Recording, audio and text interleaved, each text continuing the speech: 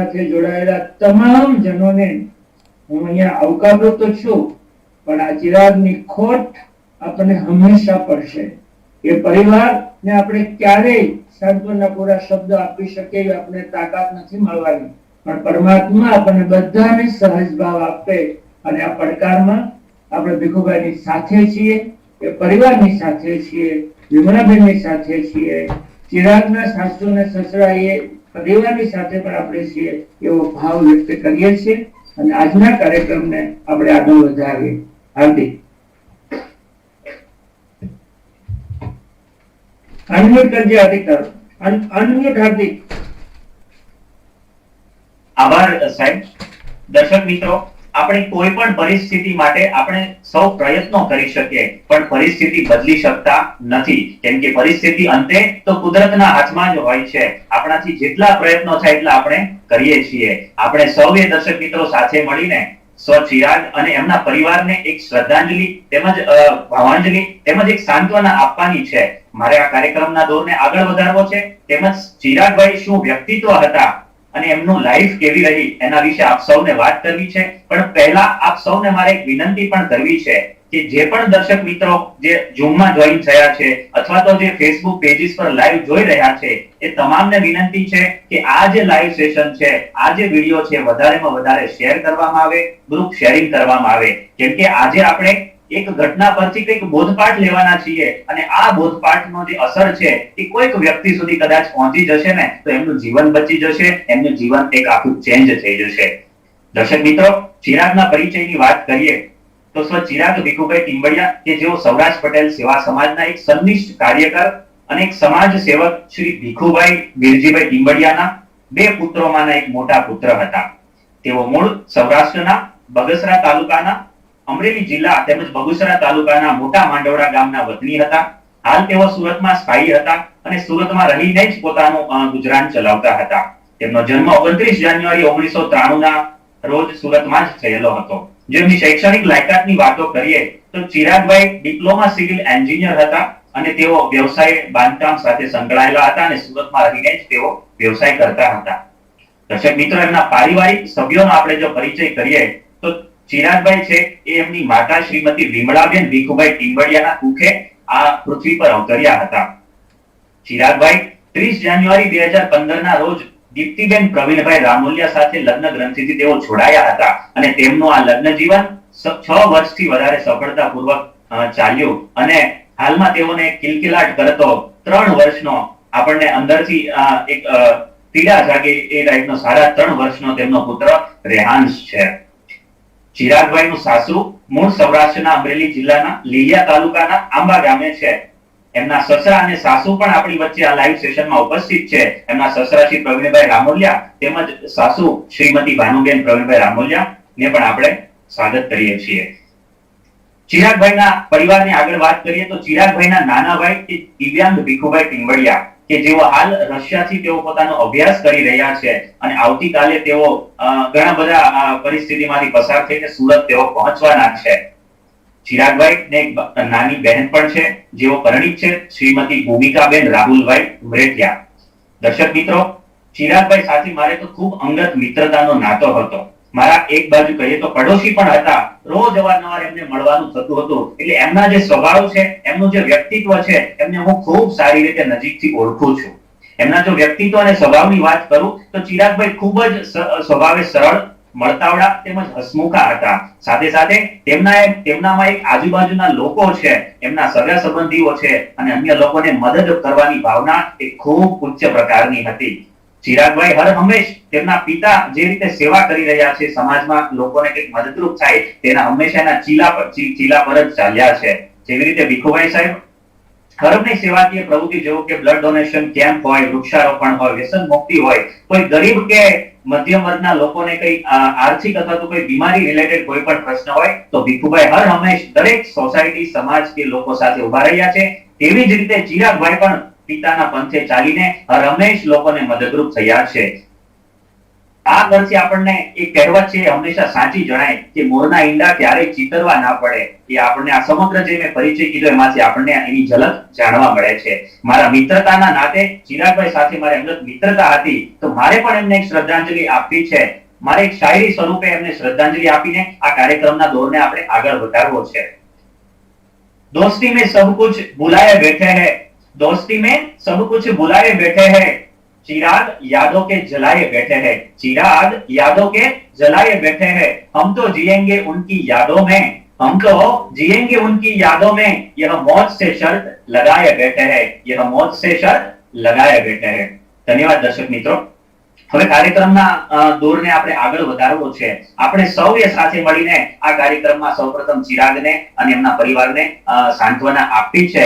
અને આ ભાવાંજલિના કાર્યક્રમમાં શ્રદ્ધાંજલિનો દોર આગળ વધારતા મારે શ્રી સૌજીભાઈ વેકરિયાને વિનંતી કરવી છે કે જેઓ વિશ્વ ગુજરાતી સમાજના એક અગ્રણી છે અને સુરતમાં પણ સામાજિક ક્ષેત્રે ખૂબ જ આગળ નામ ધરાવે છે એવા સૌજીભાઈ વેકરિયાને વિનંતી કરવી છે કે આપ સાહેબ આવો અને જે ચિરાગ છે એમને શ્રદ્ધાંજલિના પુષ્પરૂપી શબ્દો આપ અર્પો તેમજ તેમના પરિવારને સાંત્વના અર્પે. સૌજીભાઈ વેકરિયા.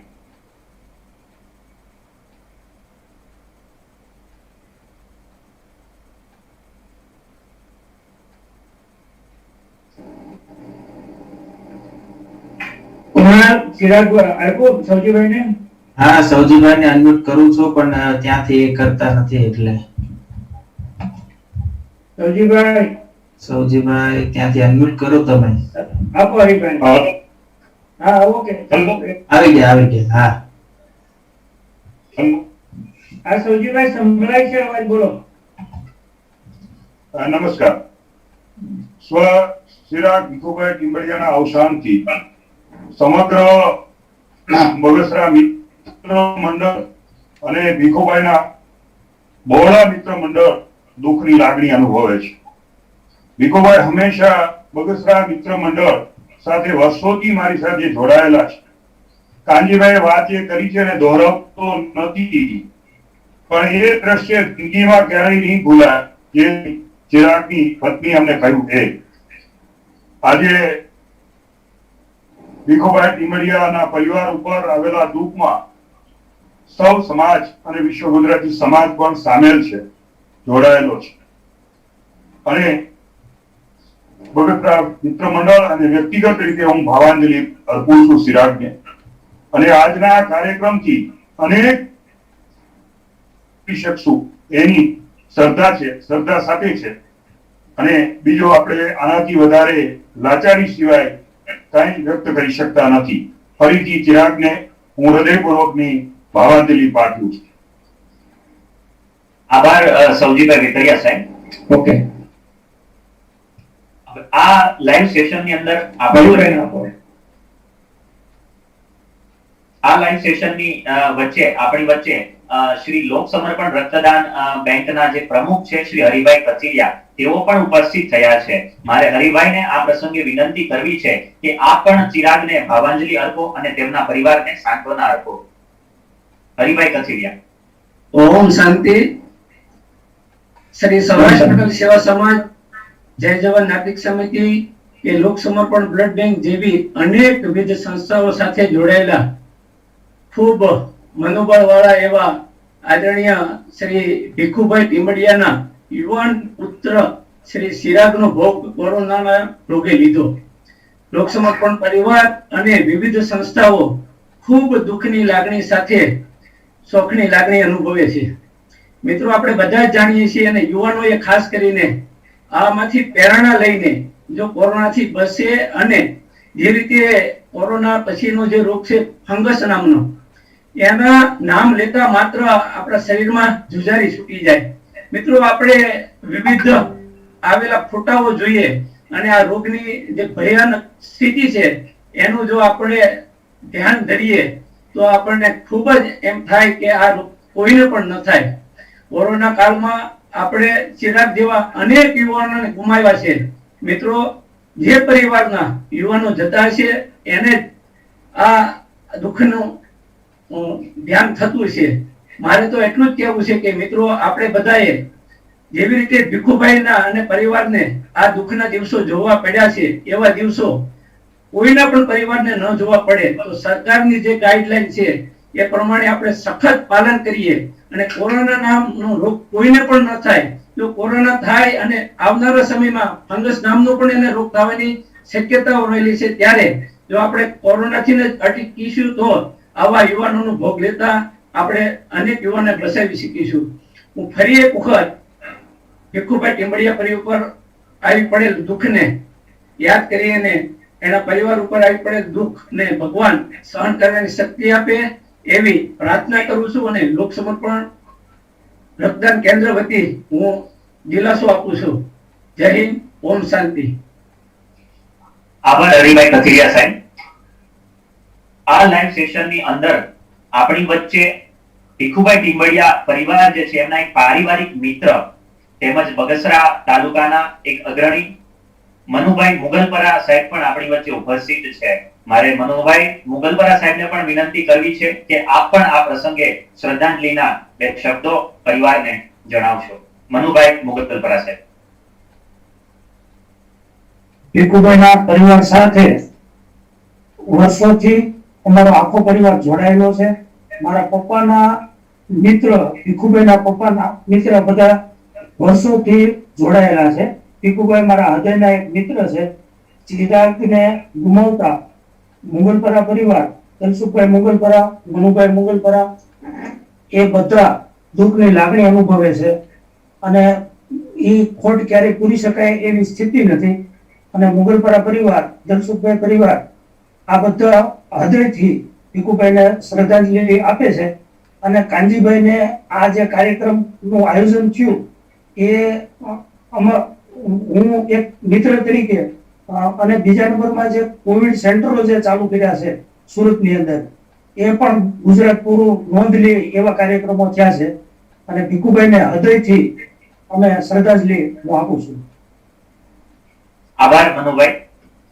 દર્શક મિત્રો, આપણી વચ્ચે આપણે સૌ જે ઉપસ્થિત રહ્યા છે તેમાંથી મોટા ભાગના લોકોએ ચિરાગ માટે ખૂબ જ પ્રયત્નો કર્યા છે અને એવા જ પ્રયત્નો જેમણે કરેલા છે એવા આપણે જે સમાજ અગ્રણી પ્રતિભાઓ છે એમના આપણે શ્રદ્ધાંજલિ સ્વરૂપે શબ્દો સાંભળીએ છીએ.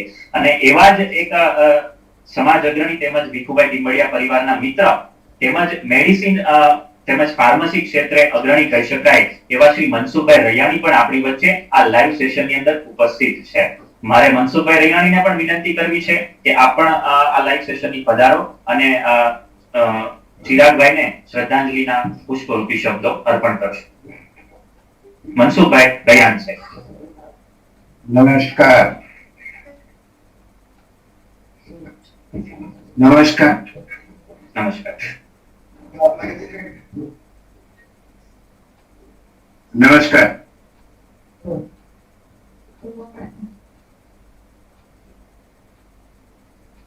મનસુખભાઈ બોલો. નમસ્કાર, તમારો અવાજ સંભળાય છે. હા, નમસ્કાર સાહેબ. નમસ્કાર. ઓકે બોલો. ચિરાગભાઈ ભીખુભાઈ ટીમ્બડિયાના અવસાન નિમિત્તે માનનીય મુરબ્બી શ્રી કાનજીભાઈ વાલાડા દ્વારા આયોજિત આ ભાવાંજલિ કાર્યક્રમ નિમિત્તે સર્વપ્રથમ તો સૌરાષ્ટ્ર પટેલ સમાજ લોક સમર્પણ ના ટ્રસ્ટી શ્રી હરિભાઈ ચૌધરીભાઈ વેકરિયા તેમજ જે લોકોએ આ ભાવાંજલિ કાર્યક્રમનું આયોજન કર્યું છે તે બદલ બધાને હું ખૂબ ધન્યવાદ આપું છું.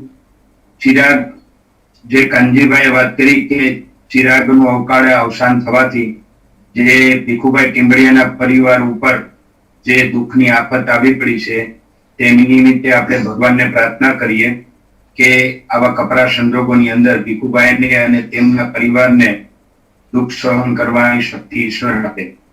મેં પણ થોડા સમય પહેલા કોરોનામાં મારા બ્રધર ડોક્ટર હરિલાલભાઈ ને ગુમાવ્યા છે.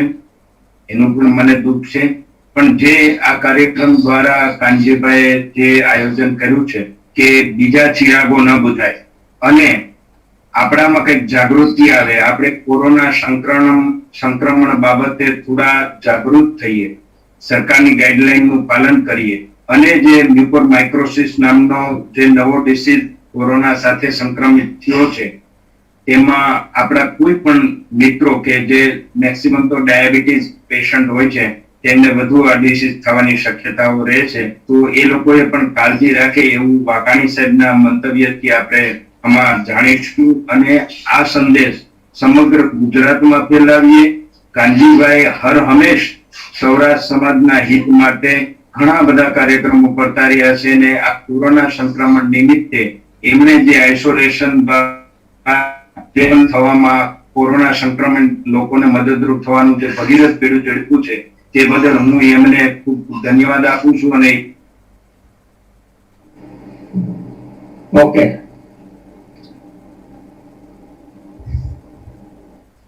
મનસુખભાઈ આભાર. હાર્દિકભાઈ, હવે જો હસમુખભાઈ કેકાણી ન હોય, ભાવેશભાઈ રફાળિયા ન દેખાતા તો ભવનભાઈને ભાવાંજલિ આપીને પછી આ સદાંતિ કાર્યક્રમને સમાપન તરફ આપણે આગળ વધીશું. ભીખુભાઈ ત્યાર પછી હાર્દિક.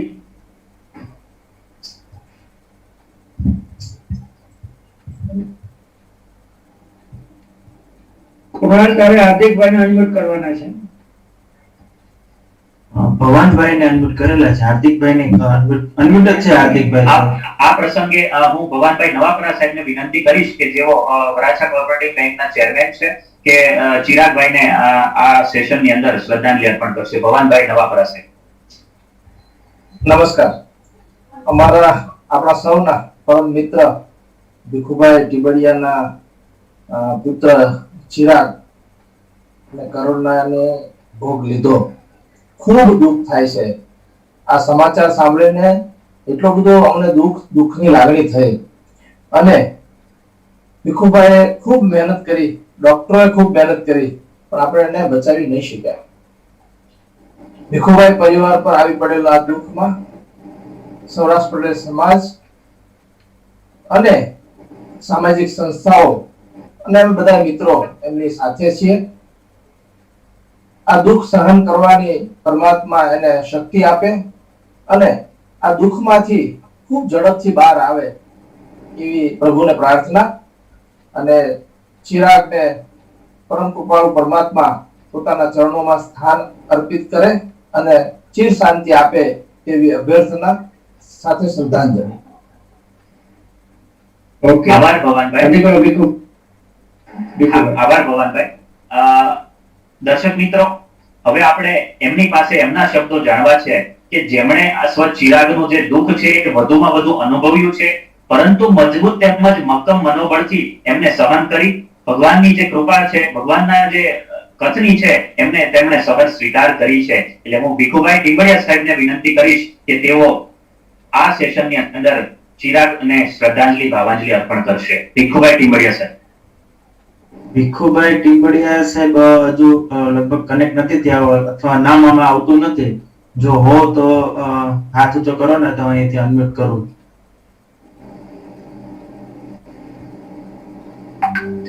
ભીખુભાઈ દેખાય કોઈ જગ્યાએ?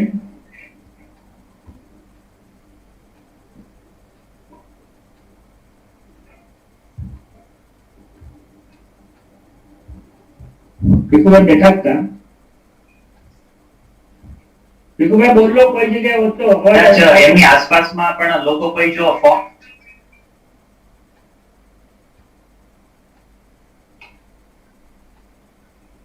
જીતુભાઈ ગોંડલિયાની નજીક હોય તો એમના જીતુભાઈ ગોંડલિયા છે. હા, તો જીતુભાઈ ગોંડલિયા જો એમની નજીક હોય તો એમને હિરેન ટીમ્બડિયા લખ્યું છે તે ભીખુભાઈ છે. અનમ્યુટ કર હિરેન ટીમ્બડિયા. હા હા, મળી ગયા. ભીખુભાઈ તમે અનમ્યુટ થજો, પેલું બટન દબાવજો માઈક નું. ભીખુભાઈ હિરેન, હા યસ, હવે બોલો. નમસ્કાર. નમસ્કાર. સર્વ મિત્રોને મારા જય શ્રી કૃષ્ણ. મારા દીકરા ચિરાગને કોરોના થયો ત્યારથી કાંતિભાઈ ભરાડા સાહેબ, સૌજીભાઈ વેકરિયા, હરીભાઈ કચેરિયા, પવનભાઈ નવાપરા, પ્રવીણભાઈ નાણાવટી, ભાવેશભાઈ રફાળિયા, ભરતભાઈ શાહ સાયડો સહિતના તમામ સામાજિક, શૈક્ષણિક, રાજકીય અગ્રણીઓએ તેમજ વિવિધ સમાજના અગ્રણીઓએ મારા દીકરા માટે મેડિસિન, ઇન્જેક્શનો, દવાઓ, તમામ પ્રકારની વ્યવસ્થા કરવામાં મને મદદ કરી અને જે કંઈ પણ જરૂરિયાત ઊભી થાય તેમાં પણ મને ખૂબ આશ્વાસન આપીને મદદ કરી છે. આપણા શહેરના તજજ્ઞ અને અનુભવી ડોક્ટરોની સમગ્ર ટીમ જેવા કે doctor Pratik Sawant, doctor Bhaveshbhai Vaghani, doctor Samir Gami, doctor Nirav Gondaliya, doctor Chandrakant Kevariya, doctor Shivam Parekh, doctor Sureshbhai Dogariya સહિતના તમામ તજજ્ઞ અનુભવી ડોક્ટરોએ મને મારા દીકરા ચિરાગને કોરોનામાંથી બહાર કાઢવા ખૂબ મદદ કરી. છતાં પણ આ મહેનત અને બરાબર ન નીવડતા મારો દીકરો સ્વર્ગવાસ થયો. પરંતુ હું આ સમગ્ર દુઃખની ઘડીમાં મને સાથ સહકાર આપનાર તમામનો હું ઋણી છું. સૌરાષ્ટ્ર પટેલ સેવા સમાજની અમારી આ જેનો હું મેમ્બર છું એ યુવા ટીમ દ્વારા આ એક જાગૃતિ ફંગસ બ્લેક ફંગસ અંગે ની જાગૃતિનો કાર્યક્રમ રાખ્યો અને મારા દીકરા ચિરાગને ભાવનજીનો કાર્યક્રમ રાખ્યો. તેના માટે હું સમગ્રનો ઋણી છું. જય શ્રી કૃષ્ણ. આભાર ભીખુભાઈ. આપણે ઝડપથી આ સેશનને આગળ વધારવો છે. આ પ્રસંગે હવે હું શ્રી સૌરાષ્ટ્ર પટેલ સેવા સમાજના મંત્રી શ્રી અરવિંદભાઈ ધડુક સાહેબને વિનંતી કરીશ કે આપ ટૂંકમાં ભાવાંજલિ અર્પણ કરશો અને આભાર તેમજ સમાપન વિધિ કરશો આ સેશન. અને ત્યારબાદ આપણે જે કોરોનામાં જે જાગૃતિનો એક કંઈક બોધપાઠ લેવાનો છે તેમજ બ્લેક ફંગસ જે ફૂગ છે અથવા તો મ્યુકોરમાઇકોસિસ છે એમના વિશે પણ ડોક્ટર સાહેબો તબીબ મિત્રો પાસેથી આપણે માર્ગદર્શન લેવું છે. અરવિંદભાઈ ધડુક પ્લીઝ. અરવિંદભાઈ વિશેષ નામ બીજાને ન બોલતા અને ટૂંકમાં ભાવાંજલિ તમે આપો અને આ શ્રદ્ધાંજલિ કાર્યક્રમનો પહેલો ભાગ સમાપનની આભાર વિધિ કરો. સૌરાષ્ટ્ર પટેલ સેવા સમાજના યુવા ટીમના મેમ્બર અને સમાજના ખૂબ જ સક્રિય કાર્યકર માનનીય ભીખુભાઈ ટીબોડિયાના દીકરા શ્રી ચિરાગનું અચાનક આઘાતજનક દુઃખદ અવસાન થયું. તેમને ઈશ્વર પરમ શાંતિ આપે તેમજ ભીખુભાઈ અને પરિવારને આ દુઃખ સહન કરવાની શક્તિ આપે તેવી ઈશ્વર પ્રાર્થના ચિરાગને સૌરાષ્ટ્ર પટેલ સેવા સમાજ તેમજ સમગ્ર સૌરાષ્ટ્રવાસી તેમજ પરિવાર હાર્દિક શ્રદ્ધાંજલિ પાઠવે છે. ખૂબ ખૂબ આભાર સાહેબ. હવે હું શ્રી સૌરાષ્ટ્ર પટેલ સેવા સમાજના પ્રમુખ શ્રી કાનજીભાઈ ભલાડા સાહેબને વિનંતી કરીશ કે આપ આ જે કાર્યક્રમનો દોર છે આગળ વધારી જે બ્લેક ફંગસ ફૂગો વિશે તબીબ મિત્રો જે જાણકારી આપવાના છે તો આવા તબીબ મિત્રોને આપ આ સેશનની અંદર ઇન્ટ્રોડ્યુસ કરીને સેશનને આગળ વધારજો સાહેબ. ઓકે, નમસ્કાર. ભાવેશભાઈ વાઘાણી આજે વિશે એટલા કન્ફર્મ કરી દેવાનું છે. મિત્રો, આજનો આ વિશેષ કાર્યક્રમ આડઅસર કહીએ તો આડઅસર અને કોરોના પછી જે ઘાતક આ બ્લેક ફંગસ એટલે ફૂગનો રોગ અને આપણે બધા જેને મ્યુકોરમાઇકોસિસ થી ઓળખીએ છીએ એ રોગ અત્યારે કાળો કેર બતાવી રહ્યું છે. ગુજરાતમાં 2000 થી વધુ દર્દીઓ એનાથી પીડાઈ રહ્યા છે. અસંખ્ય વ્યક્તિની આંખો કાઢી નાખવી પડી છે અને હજુ એની સારવાર ચાલુ રહી છે. ખૂબ લાંબી સારવાર, ખૂબ ખર્ચાળ સારવાર અને કોરોના થયા પછી એક આડઅસર સ્વરૂપે આ બ્લેક ફંગસ નામનો રોગ થાય છે. આજે બે તજજ્ઞ તબીબો ની પાસેથી આપણે એની જાણકારી મેળવવાની છે. પણ પહેલા હું એટલી પ્રાર્થના કરીશ, ઘણા બધા એવું પણ કહેવાનું હતું કે માત્ર સલાહ આપવાની જરૂર નથી, પણ મને એવું લાગે છે કે ડર અને સારવારની સાથે સાથે સારું માર્ગદર્શન ને સમજણ હોય તો આ ભયંકર રોગમાંથી આપણે ને આપણા પરિવારને બચાવી શકીએ એવું અમારું માનવું છે. બીજી પણ એક ટકોર હાર્દિકભાઈ હતી કે લોકોને બહુ ડરાવવાની જરૂર નથી. મને એવું લાગે છે કે ડર વગર આ માણસ સુધરે તેમ પણ નથી. આ કોરોના કાળમાં જ્યારે પીક પોઈન્ટ ઉપર હતા આપણે ડરી ગયા હતા, સુરતમાં એકાએક કેસનો ઘટાડો થયો કારણ કે લોકો ઘરમાં રહ્યા અને એનું પાલન કરવા લાગ્યા. 2 દિવસથી માત્ર હળવાશ થઈને ત્યાં લોકો રોડ ઉપર અને તાપીના કાંઠે બેઠેલા જોવા મળ્યા અને માસ્ક વગર જોવા મળી રહ્યા છે. મને એવું લાગે છે કે યોગ્ય જાણકારી એની ભયાનકતાનો જ્યાં સુધી અહેસાસ ન થાય ત્યાં સુધી આપણે એને સમજવાની કોશિશ પણ નથી કરતા. એટલે એ વાત પણ કહેવાનો આજે પ્રયાસ છે.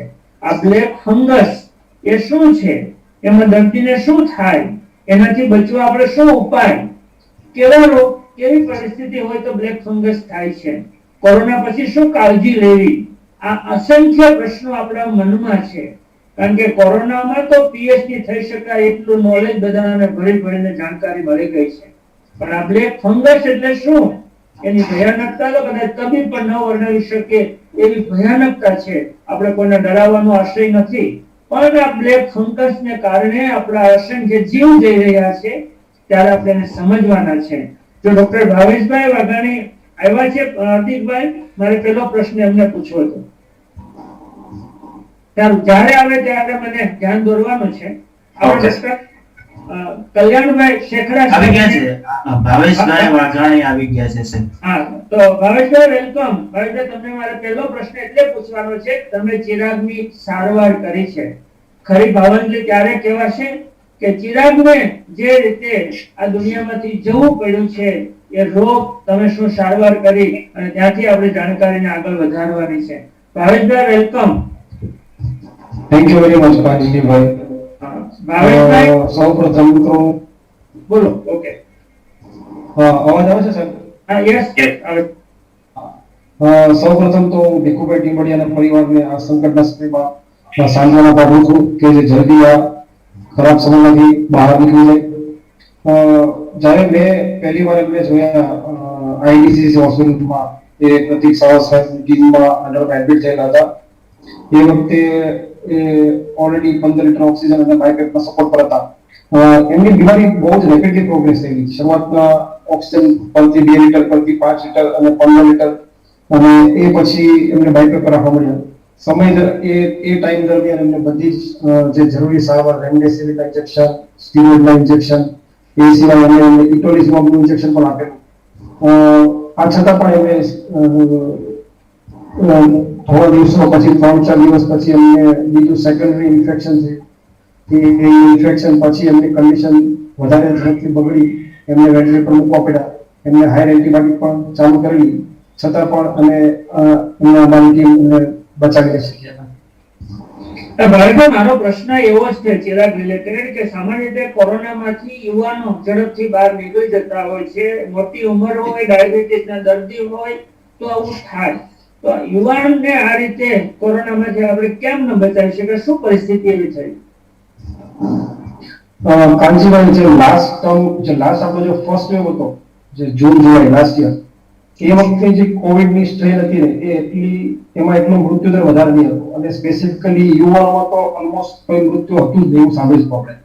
પણ આ વખતે જે નવી સ્ટ્રેન છે ને, એમાં પેશન્ટ બહુ જ રેપિડલી ડિટોરેટ થાય છે. 4થા 5મા દિવસથી પેશન્ટનું ઓક્સિજન લેવલ ડાઉન થઈ અને જલ્દી બગડવાનું ચાલુ થાય છે.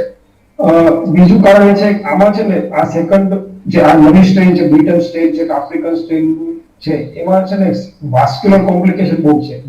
ડીડાયમર લેવલ બહુ ઝડપથી વધવા માંડે છે અને શરીરમાં ઘણી જગ્યાએ બ્લડ ક્લોટ્સ લંગ્સમાં કે મગજમાં આ ટાઈપની કોમ્પ્લિકેશન બહુ થતી હોય છે.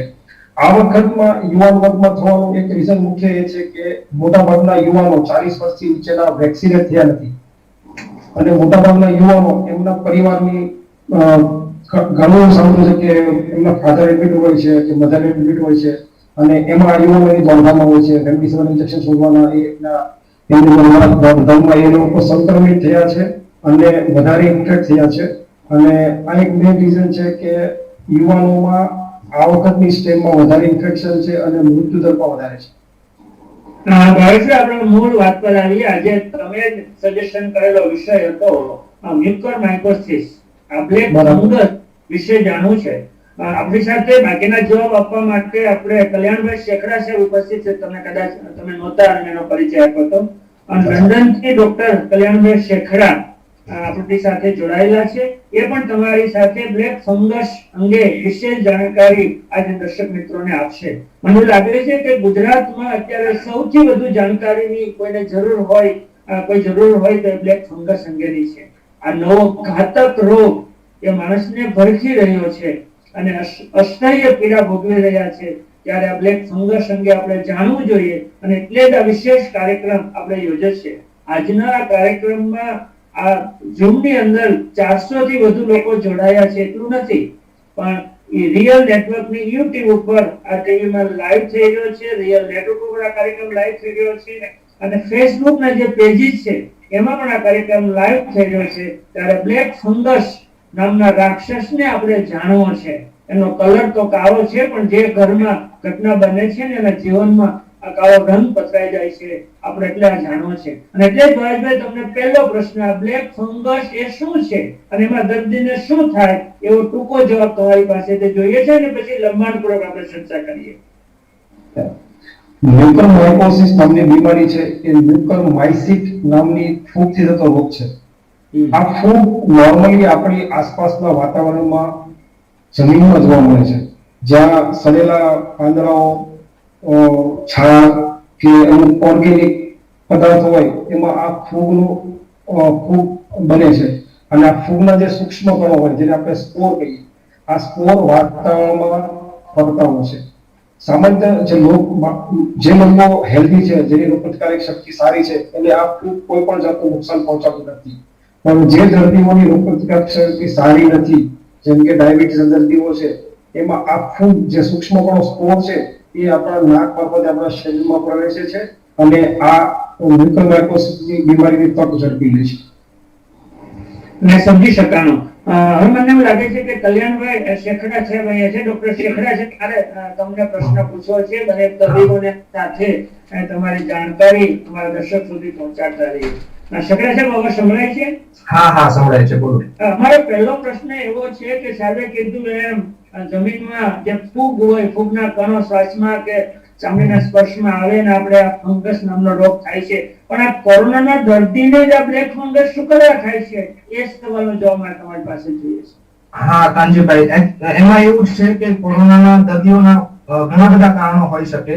હવે એક કારણ લઈએ પહેલું કે ફર્સ્ટ ઓફ ઓલ કે કોરોનાના દર્દીઓમાં જો સિવિયર કોરોના થયો હોય તો એની રોગ પ્રતિકારક શક્તિ કોરોનાને કારણે ઓછી થઈ જતી હોય છે, બરાબર. અને બીજું કે જો પેશન્ટને ડાયાબિટીસ હોય અને કોરોના થયો હોય સિવિયર, તો એને કારણે ડાયાબિટીસ અનકન્ટ્રોલ રહેતું હોય તો એને કારણે જેમ શુગરનું લેવલ વધારે હોય તો આ પ્રકારનો ફૂગનો રોગ થવાની શક્યતા વધી જાય. એમાં શું થાય? દર્દીને શું પીડા થાય છે? દર્દીના શરીરમાં કેવા પ્રકારનો ભાગ ફૂગ ભોગવે છે? તો એમાં એવું છે કે દર્દીને મોસ્ટલી આ જે ફૂગ હોય છે એ નાક દ્વારા શરીરની અંદર પ્રવેશે છે અને મોસ્ટલી તો કોરોનાના દર્દીઓમાં જે બ્રેન અને સાઇનસના જે ઇન્ફેક્શન હોય છે તેને રાઇનો સેરિબ્રલ મ્યુકોરમાઇકોસિસ કહેવાય છે મેડિકલ ટર્મમાં, એ હોય છે. હવે એમાં વિવિધ પ્રકારના લક્ષણો એવા હોય કે ભાઈ પેઢામાં દુખવું, પેઢામાંથી મતલબ અલ્સર કે એમાં કઈ કાળા કલરનું જમા થવું કે પછી નાકમાંથી લોહી પડવું કે નાકમાંથી અજીબ પ્રકારની વાસ આવવી કે પછી આંખમાં દેખાવામાં તકલીફ થવી, આંખમાં સોજો આવવો, આંખની પાછળમાં દુખાવો થવો કે પછી સિવિયર હેડેક કે માથાનો દુખાવો થવો, એ બધા લક્ષણો હોય. દર્દીને પરાકાષ્ઠાએ પહોંચે છે તો કેટલા પ્રકારના પ્રશ્નો મગજમાં જાય તો માણસને શું થાય, આંખમાં જાય તો માણસને શું થાય, ફેફસામાં જાય તો માણસને શું થાય, એની સારવાર શું?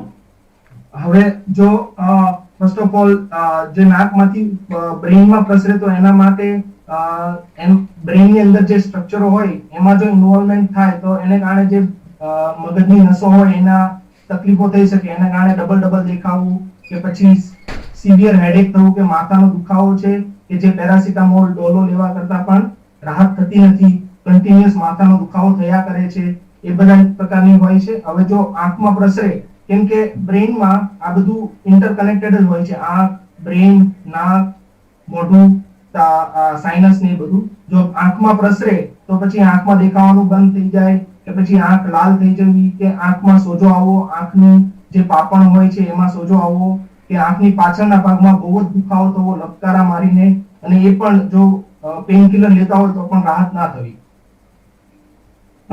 Thank you sir. આપણે બીજા પ્રશ્ન પૂછો ને, ભાવેશભાઈ ને મારે ખાસ પ્રશ્ન પૂછવો છે. આમ તો ડોક્ટર શેખરા શરણ ભાવેશભાઈ બહુ સરસ વાત કરી છે. દર્શક મિત્રો, હું તમારી ભાષામાં તમને સમજાય એટલું કહું તો, જો રોગ પ્રતિકાર શક્તિ તમારી ખૂબ ઓછી થઈ જાય તો વાતાવરણ એટલે ફંગસ તમારા શરીરમાં આવે અને તમને આ બ્લેક ફંગસ નામનો રોગ થાય.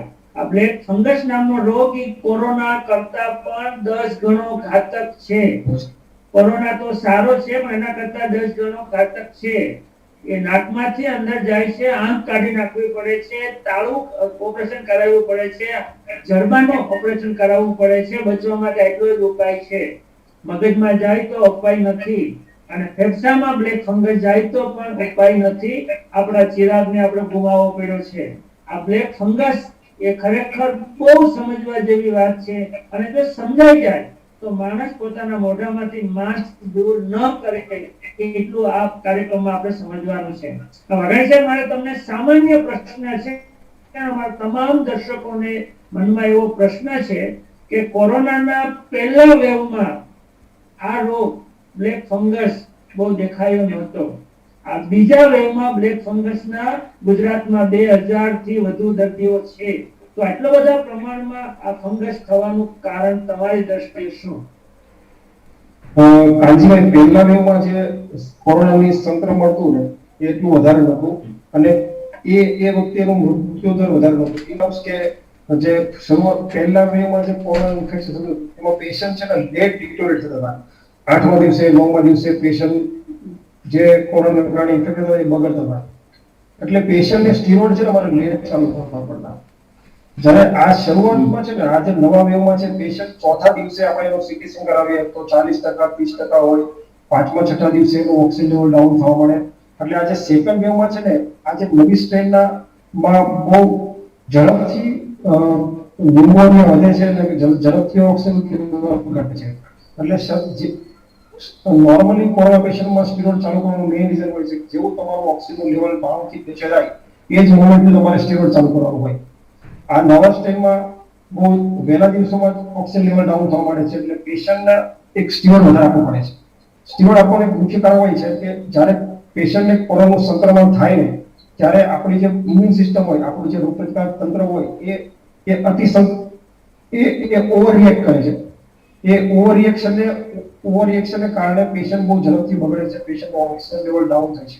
આ અતિ સંક્રમણ જે અતિ સક્રિયતા ઓછી કરવા માટે આપણે એમને સ્ટીરોઇડ આપવું પડે છે, અને એ સ્ટીરોઇડ એ પેશન્ટને કોરોનામાંથી બહાર કાઢી લે છે, પણ કંઈક અંશે આપણી શરીરની ઇમ્યુનિટી ઓછી કરે છે, અને એનો લાભ આ ફંગસ પકડી લે છે. એટલે આ વેવમાં મ્યુકોરમાઇકોસિસ વધવાનું કારણ એ છે કે આ સ્ટ્રેન બહુ વધારે ઘાતક છે, અને પેશન્ટને શરૂઆતમાં દિવસોમાં જ અમારે ફિઝિશિયનોએ સ્ટીરોઇડ ચાલુ કરવું પડે છે. અમે સ્ટીરોઇડ ચાલુ કર્યા પછી પેશન્ટનું બ્લડ સુગર બહુ વિગરસલી મોનિટર કરતા હોય છે.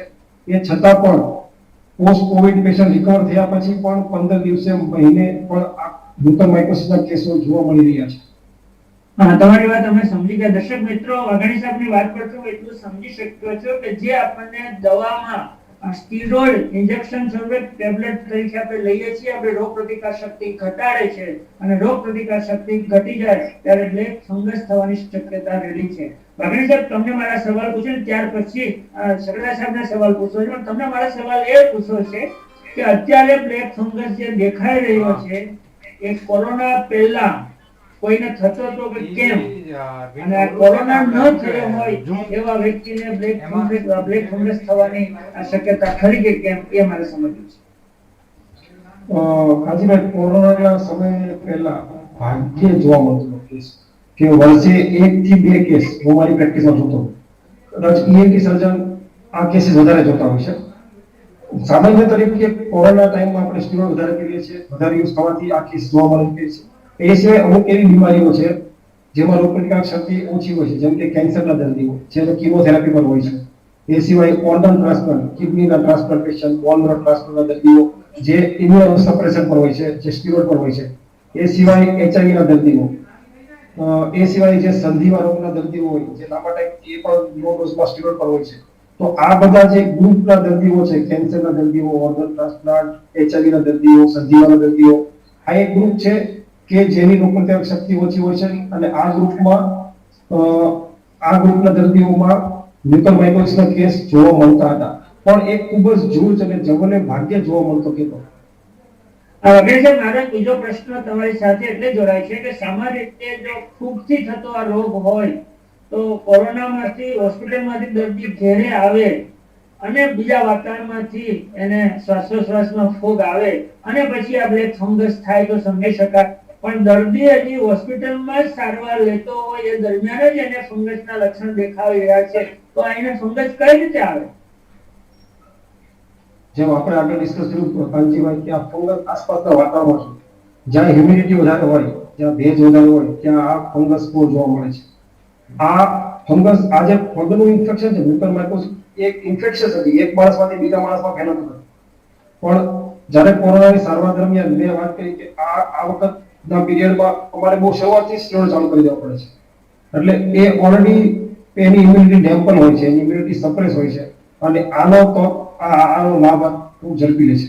એટલે ઘણી વખત એવું હોય છે કાંજીભાઈ કે અમારું પેશન્ટ 15 લીટર ઓક્સિજન પર હોય છે અને બીજે દિવસે જોઈએ કે આંખમાં સ્વેલિંગ હોય છે કે એના ચહેરા પર સ્વેલિંગ હોય છે.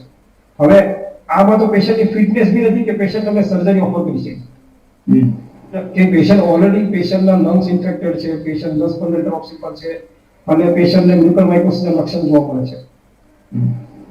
એવા કેસીસ પણ જોવા મળે છે. થેન્ક યુ વગેરે સાહેબ. અમે સકરા સાહેબને પ્રશ્ન પૂછવા તરફ જઈશ, પણ સકરા સાહેબ મારે તમને વાઘાણી સાહેબનો પરિચય આપે છે. ભાવેશભાઈ વાઘાણી અમારા સુરત શહેરના ખૂબ નામાંકિત, આ કોરોના કાળમાં લોકોને બચાવવા સતત દોડતા હોય નામાંકિત થોડા ડોક્ટરોમાં આ ડોક્ટર ભાવેશભાઈ વાઘાણીનું નામ આવે છે. એ ચેસ્ટ ફિઝિશિયન છે અને કદાચ સેવાભાવી પણ એટલા છે. એમના દાદા મંજીભાઈ વાઘાણી અમારા સમાજના ટ્રસ્ટી છે. આ આઇસોલેશન સેન્ટરમાં પણ ભાવેશભાઈ વાઘાણી ખૂબ તજજ્ઞ છે, એનું ન જાવે એવું નહીં. તમામ આઇસોલેશન સેન્ટરમાં નિયમિત મુલાકાત લઈને એનો સેવાનો લાભ પણ આપે છે. અને ચક્રા સાહેબ, મારે તમને પૂછવું છે ને, આ દર્શકો જ્યારથી મેં તમારું નામ લીધું કે લંડનમાં ડોક્ટર ચક્રા સાહેબ પ્રેક્ટિસ કરે છે અને નિષ્ણાંત તબીબ તરીકે, ત્યારથી એના છે કે તમારે લંડનમાં આ બ્લેક ફંગસ, આ કોરોનાની સારવાર કઈ રીતે થાય છે, ત્યાં કેવા પ્રકારના કેસ છે, આપણે ત્યાં વધારે કેમ છે? આ સવાલ ખૂબ જ સરસ છે. હવે એકચ્યુઅલીમાં લંડનમાં મતલબ હું મારા કોન્ટેક્ટ જે ડોક્ટરો હોય છે એની જોડેમાં સતત સંપર્કમાં છું ને લંડનમાં ભાગ્યે જ બ્લેક ફંગસનો કેસ જોવા મળેલો હોય છે. કેમ કે અહીંયા ફોર એક્ઝામ્પલ કે first lockdown, it has always bin lockdown બંધ થયું જ નથી એમ કહો ને તો ચાલે. કે લોકો જેને જરૂર ના હોય એ લોકો કોઈને ઘરની બહાર નીકળવું નહીં અને માસ્ક પહેરવું ધેટ ઇઝ કમ્પલસરી. બરાબર? એટલે પહેલી વાત તો એ છે કે લોકડાઉન અને સોશિયલ ડિસ્ટન્સિંગ એ ખૂબ જ મહત્વનો ભાગ ભજવે છે આમાં. અને બીજું કે જેમ ભાવેશભાઈએ કીધું કે આ ફંગસ વાતાવરણમાં હોય જ છે, પણ હ્યુમિડિટી અને વાતાવરણમાં જે ફેરફાર, જે લંડનમાં ઠંડુ વાતાવરણ છે ત્યાં ભેજવાળું વધારે હોય તો ત્યાં થવાના ચાન્સ વધી જાય ઇન્ડિયામાં. અને બીજું કે બીજી એક વાત કહીશ કે અહીંયા જે કોવિડની ટ્રીટમેન્ટ હોય છે ત્યારે સ્ટીરોઇડનો ઉપયોગ જે કરવામાં આવે છે એ ગાઈડલાઈન મુજબ, અહીંયા જે ગવર્નમેન્ટ ગાઈડલાઈન બહાર પાડે એ મુજબ જ કરવામાં આવે છે. એ બહુ વધારે પડતી સ્ટીરોઇડ ના આપવી, અને જો સ્ટીરોઇડ આપે તો એના માટે જે ડાયાબિટીસ કંટ્રોલ કરવું, એના માટે જો જ્યારે પેશન્ટને સ્ટીરોઇડ ઉપર મૂકતા હોઈએ છીએ ત્યારથી તે પેશન્ટ હોસ્પિટલમાં એડમિટ હોય ત્યારે રિકર્સલી બ્લડ શુગર કંટ્રોલ કરવા માટે ઇન્સ્યુલિન ચાલુ કરવાનું અને રેગ્યુલર બ્લડ શુગર મોનિટર કરવાનું. અને ડાયાબિટીસની જે કોમ્પ્લિકેશનો હોય કે ભાઈ ડાયાબિટીસ કીટોએસિડોસિસ કે HHS, એ ડાયાબિટીસની કોમ્પ્લિકેશનો છે એ ના થાય એનું ધ્યાન રાખવું, કેમ કે ડાયાબિટીસની કોમ્પ્લિકેશનો જે થતી હોય છે એમાં આ પ્રકારનો ફૂગનો રોગ વધારે પ્રમાણમાં જોવા મળે છે. સેક્રેટરી સાહેબ, કોરોનાના તો અસંખ્ય દર્દીઓ હોય તો કેવા પ્રકારના દર્દીઓને આ બ્લેક ફંગસ થવાની શક્યતા વધુ છે? હા, તો એ જેમ ભાવેશભાઈએ કીધું એમ કે જે લોકોની રોગ પ્રતિકારક શક્તિ વધારે ના હોય કે જે લોકોની રોગ પ્રતિકારક શક્તિ ઓછી હોય એ લોકો એ પ્રકારના પેશન્ટોમાં આ પ્રકારનો રોગ જોવા મળે કે ડાયાબિટીસના જે દર્દીઓ હોય એને ખૂબ જ કાળજી રાખીને ડાયાબિટીસ ઇવન આપણે ધ્યાન કરીએ કે ભાઈ કોરોનામાં હોસ્પિટલમાંથી ડિસ્ચાર્જ થઈને ઘરે જઈએ તો ત્યારે પણ ડાયાબિટીસ કંટ્રોલ કરવું ખૂબ જ જરૂરી છે. જો ડાયાબિટીસ કંટ્રોલ ના કરે તો આ પ્રકારના રોગથી સંક્રમિત થવાની શક્યતા વધી જાય. પાછી બીજું કે ભાઈ કોઈ પેશન્ટનો HIV થયું હોય કે ભાઈ કિડનીના પ્રોબ્લેમ હોય ને ડાયાલિસિસ ઉપર હોય અને કીમોથેરાપી કે કેન્સરના જે રોગોના જે દર્દી હોય છે એ લોકોને વધારે પ્રમાણમાં જોવા મળે છે. અને યુકેમાં તો બીજો એક પોઝિટિવ પોઈન્ટ એ હતો કે ભાઈ વેક્સિનેશન જેટલું બને એટલું વધારે અત્યારે મોસ્ટલી મોર ધેન 50% લોકોને ફર્સ્ટ ડોઝ તો મળી જ ગયેલો છે. અને બીજો વેવ ચાલુ થયો એ પહેલા જે લોકો હાઈ રિસ્ક કેટેગરી કહેવાય કે આ બધા જે લોકો કે જેની રોગ પ્રતિકારક શક્તિ ઓછી હોય એ લોકોને ફર્સ્ટ પ્રાયોરિટી આપીને એ લોકોને વેક્સિનેશન અપાઈ દીધેલું હતું એમ. બીજો પ્રશ્ન એવો છે કે આ મ્યુકોરમાઇકોસિસની સારવાર બહુ મોંઘી છે અત્યારે ભારતમાં, તો એટલી બધી મોંઘી સારવાર હોવાનું શું કારણ? અહીંયા એક ઇન્જેક્શન 7-8 હજાર નું આવે ને 100 ઇન્જેક્શન આપવા પડે એવું થાય છે, તો આવી દવા મોંઘી હોય છે ખરી? અહીંયા યુકેમાં એવું છે કે સેન્ટ્રલ મતલબ ગવર્નમેન્ટ હેલ્થ કેર છે, NHS કહેવાય, national health services. National health services અંતર્ગત કે બધા જ લોકોને ફ્રીમાં ટ્રીટમેન્ટ મળે છે. એવું નથી કે ભાઈ જે કોઈ પૈસા વાળો હોય એને પૈસા ખર્ચીને ટ્રીટમેન્ટ આપવાની, ગરીબો એ લોકો ના લઈ શકે એવું નહીં. બધા જ લોકો જે ગરીબ હોય એ લોકોને પણ ટ્રીટમેન્ટ NHS માં જશે, હોસ્પિટલમાં એ લોકોને ફ્રીમાં ટ્રીટમેન્ટ મળશે. ઇવન જ્યાં સુધી કે ભાઈ કોરોનાના પેશન્ટને ઇક્મોની જરૂર હતી તો અહીંયા લંડનમાં 2-3 હોસ્પિટલો છે, બર્મિંગહામ, માન્ચેસ્ટરમાં 2-3 હોસ્પિટલો છે, ત્યાં ઇક્મોની સારવાર થતી હતી. પણ એના માટેના ક્રાઇટેરિયા હોય કે ભાઈ એટલી વસ્તુ ફૂલફિલ થતી હોય તો આ પેશન્ટને ઇક્મો આપવું, પણ એ પણ ફ્રીમાં આવે. અચ્છા, બીજો પ્રશ્ન છે કે મ્યુકોરમાઇકોસિસ ઘાતક કેટલો, સાજા થવાના ચાન્સીસ કેટલા હોય છે ત્યાં અને ભારતમાં, બેમાં તમને શું તફાવત? હવે એમાં ફરક તો સારા થવાના ચાન્સીસના ફરકમાં તો બંને જગ્યાએ સેમ જ હોય હું કહી શકું. અને ફોર એક્ઝામ્પલ જે આ મગજનો કે સાઇનસનો થયો હોય તેમાં 30 થી 50% મોર્ટાલિટી એટલે કે સારું ન થવાના ચાન્સીસ 30 થી 50% હોય. પણ જો એને ઇનિશિયલ સ્ટેજમાં ડિટેક્ટ કરવામાં આવે, જો પેશન્ટને અવેરનેસ હોય કે ભાઈ આ મ્યુકોરમાઇકોસિસના લક્ષણો લાગે છે અને જલ્દી ડિટેક્ટ કરી જલ્દી સારવાર કરવામાં આવે તો નાબૂદ કરી શકાય છે. Thank you secretary. તમારા આગળ બીજા પ્રશ્નો ઘણા બધા છે. અમે ભગવાનને પ્રાર્થના કરીએ કે ભારતમાં પણ લંડનની માફક લોકોને ફ્રીમાં આ મેડિકલ સારવાર મળે, એવા દિવસો અમે ઝડપથી જોઈએ, કેટલી જીવીએ છે ત્યાં સુધી, એવી ભગવાનને પ્રાર્થના છે. હવે મારે તમને પ્રશ્ન પૂછવો છે કે આ મ્યુકોરમાઇકોસિસ થી બચવા શું કાળજી લેવી જોઈએ? હોસ્પિટલમાં હોઈએ ત્યારે શું કાળજી લેવી જોઈએ? કોરોના સારા થઈ ગયા પછી શું કાળજી લેવી જોઈએ? કેટલા સમય સુધી કાળજી લેવી જોઈએ? એ ભાવેશભાઈ વાઘણ સાહેબ તમારી પાસે પ્રશ્ન પૂછું. કોરોના એક પેશન્ટ ઇન્ફેક્ટ થાય તો લગભગ 2 મહિના સુધી મ્યુકોરમાઇકોસિસના કેસ જોવા મળ્યા છે. એટલે કોરોનાની સારવાર દરમિયાન હોસ્પિટલમાં અને અપ ટુ 2 મંથ સુધી શું સારવાર લેવી જોઈએ? મેઇનલી છે ને કોરોના જે ઇન્ફેક્ટ થાય ડાયાબિટીક દર્દીમાં મોસ્ટલી મ્યુકોરમાઇકોસિસના કેસીસ જોવા મળ્યા છે. એટલે જે દર્દીઓ દાખલ થાય છે, ઓક્સિજન પર છે અને જેને સ્ટીરોઇડ આપવાની ફરજ છે, એમનો મોસ્ટલી બીંગ અ ડોક્ટર અમે સ્ટ્રિક્ટલી એમનો સુગર મોનિટર કરતા હોય છે અને ઇન્સ્યુલિનથી એમનો સુગર કંટ્રોલ કરતા હોય છે. એ સિવાય હ્યુમિડિફાઈડ ઓક્સિજન, જે ઓક્સિજન આપતા હોય એમાં ડ્રાય ઓક્સિજન આપતા હોય છે અને હ્યુમિડિફાઈડ ઓક્સિજન આપતા હોય છે. તો અમે મોસ્ટલી એવી અમારી હોસ્પિટલની સલાહ આપીએ છીએ કે આપણે we will give dry oxygen, કેમ કે હ્યુમિડિફાયરમાં જે વોટર યુઝ થતું હોય ઘણી વખત એનાથી બી પેશન્ટને ક્રોસ ઇન્ફેક્શન થતું હોય છે.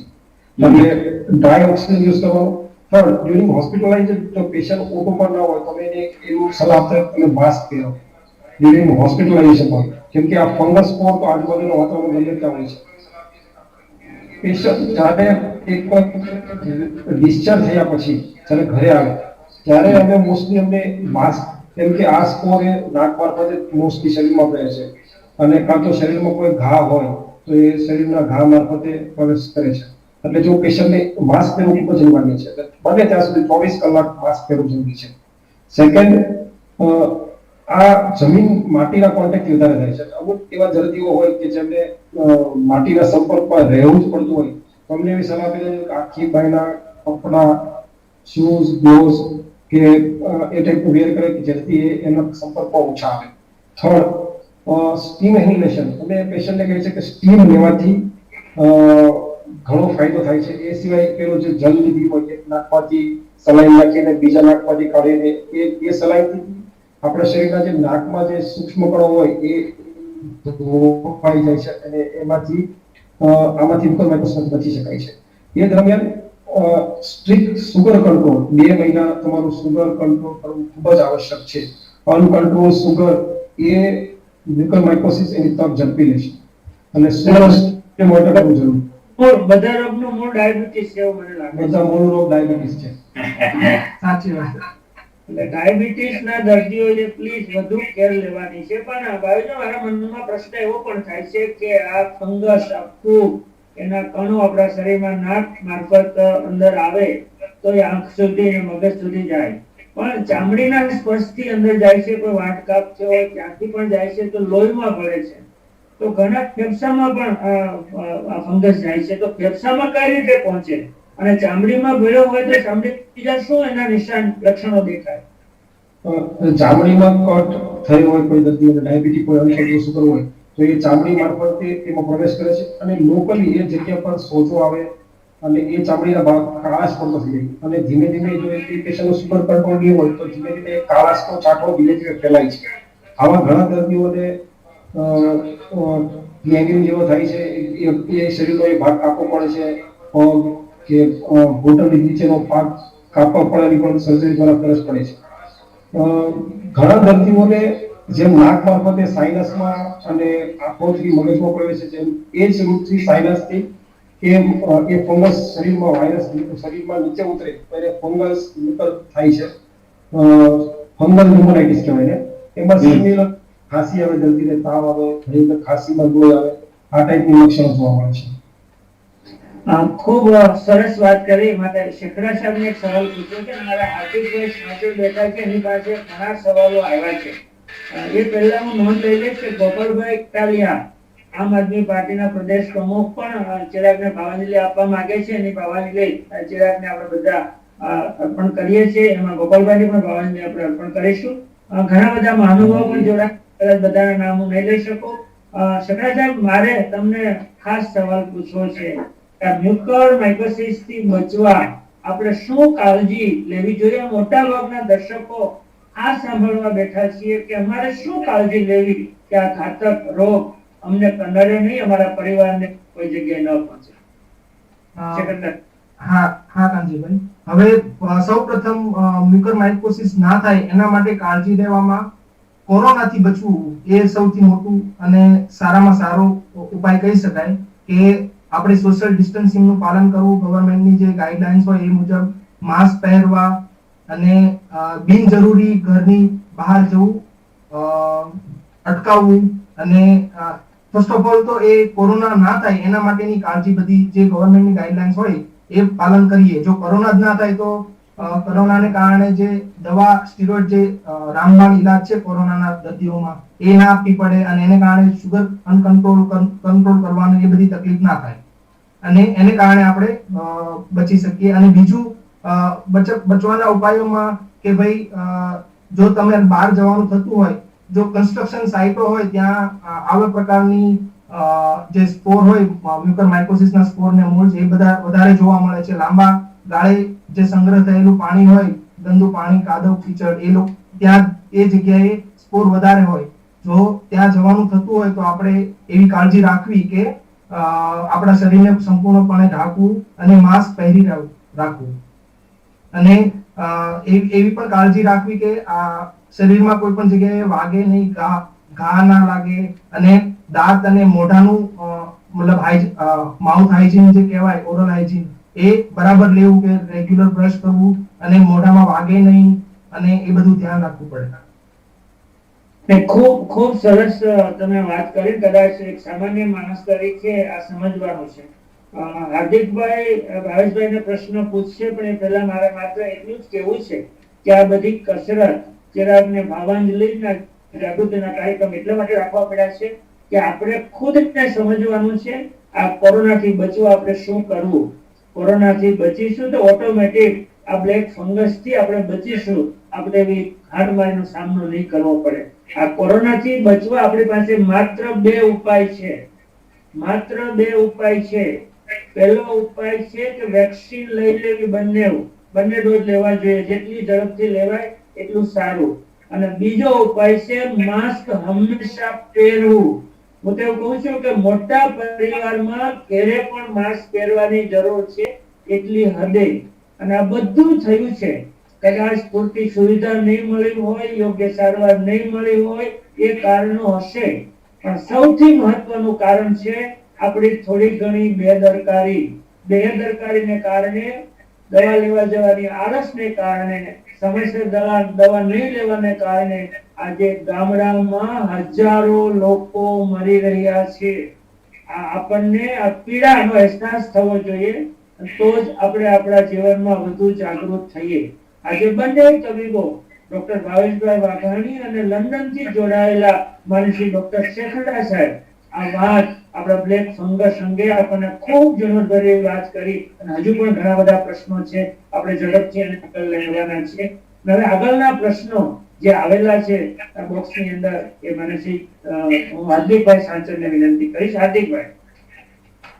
હા, ખૂબ સરસ મજાનું સેશન ચાલી રહ્યું છે. બંને તબીબ મિત્રો ખૂબ જ સારું માર્ગદર્શન આપી રહ્યા છે. ત્યારે આપણી વચ્ચે ભાવેશભાઈ રફાડિયા પણ ઉપસ્થિત થયા છે. આપણે એમનું સ્વાગત કરીએ છીએ.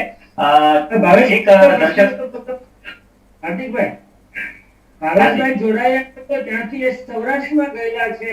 સૌરાષ્ટ્રના ગામડામાં લોકોને જાગૃતિ લાવવા માટે આખી ટીમ ગઈ છે. એ પૈકીના ભાવેશભાઈ રફાડિયા આપણે એવા સમાજ યુવા ટીમના એ સદસ્ય છે. આજના કાર્યક્રમના આ તેઓ ખાસ કોર્ડિનેટર હતા. તો ભાવેશભાઈ, તમારો પ્રશ્ન ચોક્કસ તબીબ મિત્રોને પૂછી શકો છો.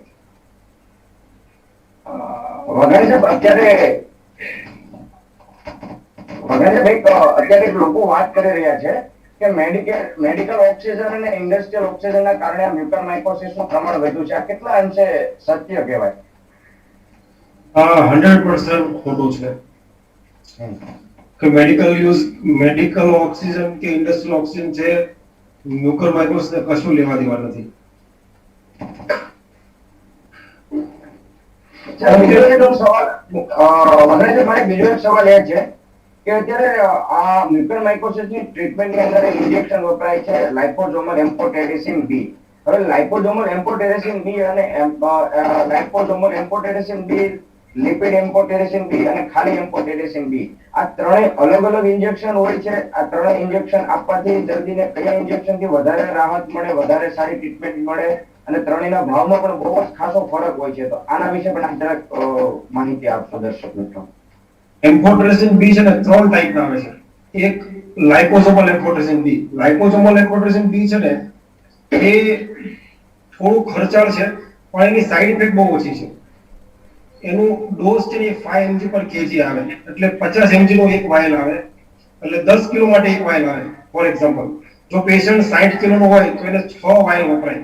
હવે એક વાયલની કોસ્ટ છે ને એવરેજ એની 3000 થી 5000, અલગ અલગ કંપનીનો ભાવ છે, 3 થી 5000. એટલે પર ડે જો લાઇપોસોમલ એમ્ફોટેરેસિન બી છે એ આ ત્રણેય ઇન્જેક્શનમાં સૌથી સેફ અને મોસ્ટ ઇફેક્ટિવ છે, કેમ કે એની બહુ જ ઓછી સાઇડ ઇફેક્ટ છે. એટલે પર ડે આ ઇન્જેક્શનનો કોસ્ટ છે ને ભાવેશભાઈ 18000 થી 25000 રૂપિયા ખાલી ઇન્જેક્શનની કોસ્ટ છે. અને આ ઇન્જેક્શન 15 દિવસથી 30 દિવસ સુધી આપવામાં આવે છે, ડિપેન્ડ્સ ઓન રિસ્પોન્સ. એટલે આપણે અંદાજિત 20000 રૂપિયા એવરેજ મૂકીએ અને 20 દિવસે ટ્રીટમેન્ટ ગણીએ તો 4 લાખ રૂપિયા ખાલી આ એમ્ફોટેરેસિન બી નો છે. બરાબર? એ છતાં બી આ ઇન્જેક્શન એટલું તો સેફ નથી, કેમ કે એનાથી પેશન્ટનું ક્રિએટિનિન ડાઉન થાય, કિડની પર અસર આવે છે. એ સિવાય પોટેશિયમ અને મેગ્નેશિયમનું મોનિટરિંગ કરવું પડે છે. એ પોટેશિયમ અને મેગ્નેશિયમ લો કરે છે, એનાથી ઘણી વખત સડન કાર્ડિયક ઇવેન્ટ થઈ શકે છે.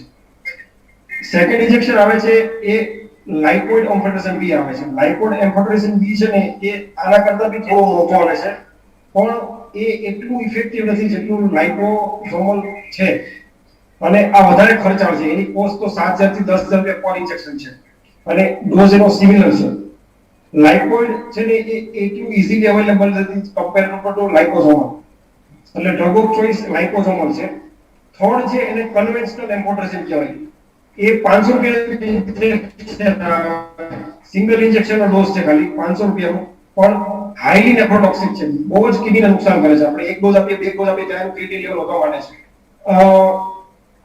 ઇફેક્ટિવ એટલું છે પણ એની સાઇડ ઇફેક્ટ્સ ખૂબ જ વધારે છે, અને ઇન્જેક્શન ખૂબ જ સસ્તું છે.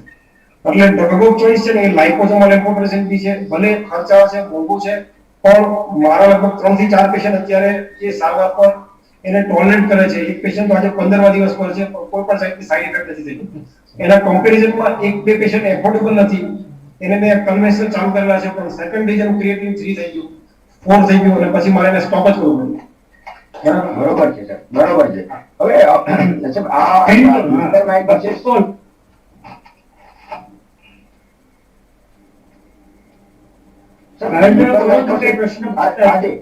મ્યુકોરમાઇકોસિસ રોગને શરૂઆતના તબક્કાની અંદર જ કોઈ પકડવો હોય તો નિદાન કરવું હોય તો લોહી, પેશાબ, નાકના સ્વેબ દ્વારા કયા પ્રકારના ટેસ્ટ કરવા જોઈએ દર્દીએ, અથવા દર્દીએ કયા પ્રકારના લક્ષણો દેખાય તો ત્વરિત ડોક્ટરનો સંપર્ક કરવો જોઈએ? જેમ આપણે આગળ સમજ્યા કે આ ફૂગ છે નાક મારફતે શરીરમાં પ્રવેશે છે, એટલે નાકમાંથી દુર્ગંધ આવે, નાકમાંથી કઈ લોહી કે કાળું પાણી પડે, નાક બંધ થઈ જાય, નાક ઉપર સોજો આવે, નાક ઉપર કાળો ચમાટો થાય, કે બાજુમાં સાઇનસમાં એક બાજુના ચહેરા પર સોજો આવે, ચહેરા પર કાળાશ આવે, કે આંખના કોઈ લક્ષણો જોવા મળે, કે આંખમાંથી પાણી પડે, આંખમાં ચમકા ભરે, એ સિવાય દાંતનો દુખાવો, દાંતમાં કઈ ઝંઝાણ થાય, આ બધા અર્લી લક્ષણો છે, શરૂઆતના લક્ષણો છે મ્યુકોરમાઇકોસિસના. આ શરૂઆતમાં જો મતલબ છે વલ્નરેબલ પોપ્યુલેશન છે, આપણે જે ડિસ્કસ કરી હાઈ રિસ્ક ગ્રુપમાં આ કોઈ પણ જાતના લક્ષણો જોવાય તો તુરંત તેને ડોક્ટરનો સંપર્ક કરવો. અર્લી નિદાન કરવા માટે એની નેઝલ એન્ડોસ્કોપી કરવા પડે. ઈએનટી સર્જન વાળા નાક દ્વારા એની દૂરબીનથી તપાસ કરવામાં આવે છે, અને તપાસ કરવા ખ્યાલ આવે કે અહીંયા કાળા ચટકા છે, એમાંથી સેમ્પલ બાયોપ્સીનો ટુકડો લેવામાં આવે છે, અને એને લેબ ટેસ્ટિંગમાં મોકલવામાં આવે છે, અને એમાં એનું ફંગસનું નિદાન કન્ફર્મ કર્યા પછી એમ્ફોટેરેસિન બીના ઇન્જેક્શન ચાલુ કરવામાં આવે છે. એટલે જેવા દર્દીઓ આજે હાઈ રિસ્ક ગ્રુપમાં આવા કોઈ પણ જાતના લક્ષણો દેખાય તો તુરંત જ શરૂઆતમાં ડોક્ટરનો સંપર્ક કરવાથી, વહેલું નિદાન કરવાથી આ બીમારીને જલ્દી કાબૂમાં લેવામાં છે. એક કોઈ બીમારી થાય એટલે સર્જરી ફરજિયાત છે, અને એની જોડે લાંબો ગાળામાં 2 થી 4 વીક તેના ઇન્જેક્શન લેવાનું છે. વાઘાણી છે, તમે ઘણી માહિતી આપી, પણ અમને એવું લાગે છે કે પેશન્ટ તરીકે કઈ દવા આપો છે અગત્યની નથી, કેટલી મોંઘી છે અગત્યની નથી, અમને સારું થાય અગત્યનું છે. એટલે અમે શોર્ટકટ પૂછીએ છીએ કે જ્યારે કોરોના સારવાર જ લેતા હોય ને એમાં ફંગસ થાય છે, એમાં તો ડોક્ટર તરત તપાસે છે, તો અર્લી સ્ટેજ ઉપર ડિટેક્ટ થઈ જાય તો એટલા બધા કોમ્પ્લિકેટેડ થાય કેમ? વાઘાણી સાહેબ, એક જો ડોક્ટરની સારવાર ન હોય તો સાહેબ એનું જલ્દી તરત નિદાન થવાનું છે, બરાબર. ફોર એક્ઝામ્પલ કે સાઇનસમાં ફંગલ જેવું ઇન્વોલ્વ થાય એટલે અમે ઇમિડિયેટલી ઈએનટી સર્જનને રેફરન્સ આપીએ, એનું નેઝલ એન્ડોસ્કોપી દ્વારા એનું ઇમિડિયેટ પરીક્ષણ થાય, અને મ્યુકોરમાઇકોસિસનું ડાયગ્નોસિસ લેબલ થાય. એની સાથે જ કમ્પ્લીટ પેશન્ટને નેઝલ સાઇનસ સર્જરી કરવામાં આવે. આ સર્જરી બહુ કોમ્પ્લેક્સ સર્જરી છે, એ ઇમિડિયેટ સર્જરી કરવાની, અને એના નેક્સ્ટ ડે થી એમ્ફોટેરેસિન બીના ઇન્જેક્શન અંડર ઓબ્ઝર્વેશન ચાલુ કરવાના હોય છે. અને એક વખત સાહેબ આ બીમારીનું નિદાન થાય છે પછી એની સારવાર બહુ લાંબી ચાલે છે, 2 થી 4 વીક. એટલે અમે દર્દીઓને કહીએ છીએ થોડી ધીરજ રાખવાની છે, અને સારવાર એની લાંબી ચાલવાની છે. હવે છે ને છેલ્લો મારો પ્રશ્ન છેલ્લો છે, હજી થોડાક હાથ ઊંચા કરે છે હાર્દિકભાઈ પાસે પ્રશ્ન છે, આપણે 10 મિનિટમાં કાર્યક્રમ સમાપન કરવો છે, પણ મારો છેલ્લો પ્રશ્ન છે, જો આ ફંગસ એક ઇન્ફેક્શન જ હોય અને એન્ટીબાયોટિકથી કંટ્રોલ થતું હોય તો એની દવા એટલી બધી મોંઘી કેમ છે? મિત્રો એ સવાલ છે, એટલી બધી મોંઘી કેમ છે? 15-20 લાખ રૂપિયા થાય એનું સાજો થતા ઓપરેશન કરીને બહાર આવતા, તો એક સામાન્ય દર્દીને આ 15-20 લાખ કેમ પરવડશે? આપણે આરોગ્યની સારવાર કેમ કરશું? એક તબીબ તરીકે તમારું મંથન ચિંતન શું છે? સાહેબ આ જે એમ્ફોટેરેસિન બી દવા છે ને એ મોસ્ટલી આ ટાઈપના ઓપોર્ચ્યુનિટી ઇન્ફેક્શનમાં વપરાય છે. નોર્મલી આ દવાનો યુઝ થતો નથી. એટલે મારા ખ્યાલથી કદાચ 4 થી 5 જ કંપનીઓ છે જે આ એમ્ફોટેરેસિન બી મેન્યુફેક્ચર કરે છે. નોર્મલી મતલબ પ્રી કોવિડ પહેલા તો હાર્ડલી મેં વર્ષે એકાદ પેશન્ટમાં દવા વાપરતા છે. હવે દવા આમાં મેં જે વાત કરી કે 3 ટાઈપની દવા હોય છે.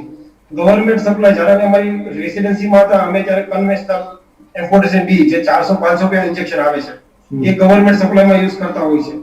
પણ લાઇપોસોમલ એમ્ફોટેરેસિન બી સસ્તું મળે એમાંથી તો કોઈ ટાઈપની સરકાર તરફથી કોઈ એમાં પેશન્ટને ડિસ્કાઉન્ટ મળે કાં તો જેમ કેર હોસ્પિટલ દ્વારા જે આ રીતની સહાય કરે છે એ રીતે કરવાથી આ દર્દીઓને આ ઇન્જેક્શન સસ્તા મળશે. પણ એક તબીબ તરીકે ડોક્ટર મિત્રો આવા દર્દીને સસ્તી દવા સસ્તા ઇન્જેક્શન મળે એના માટે તબીબો શું કરી શકે?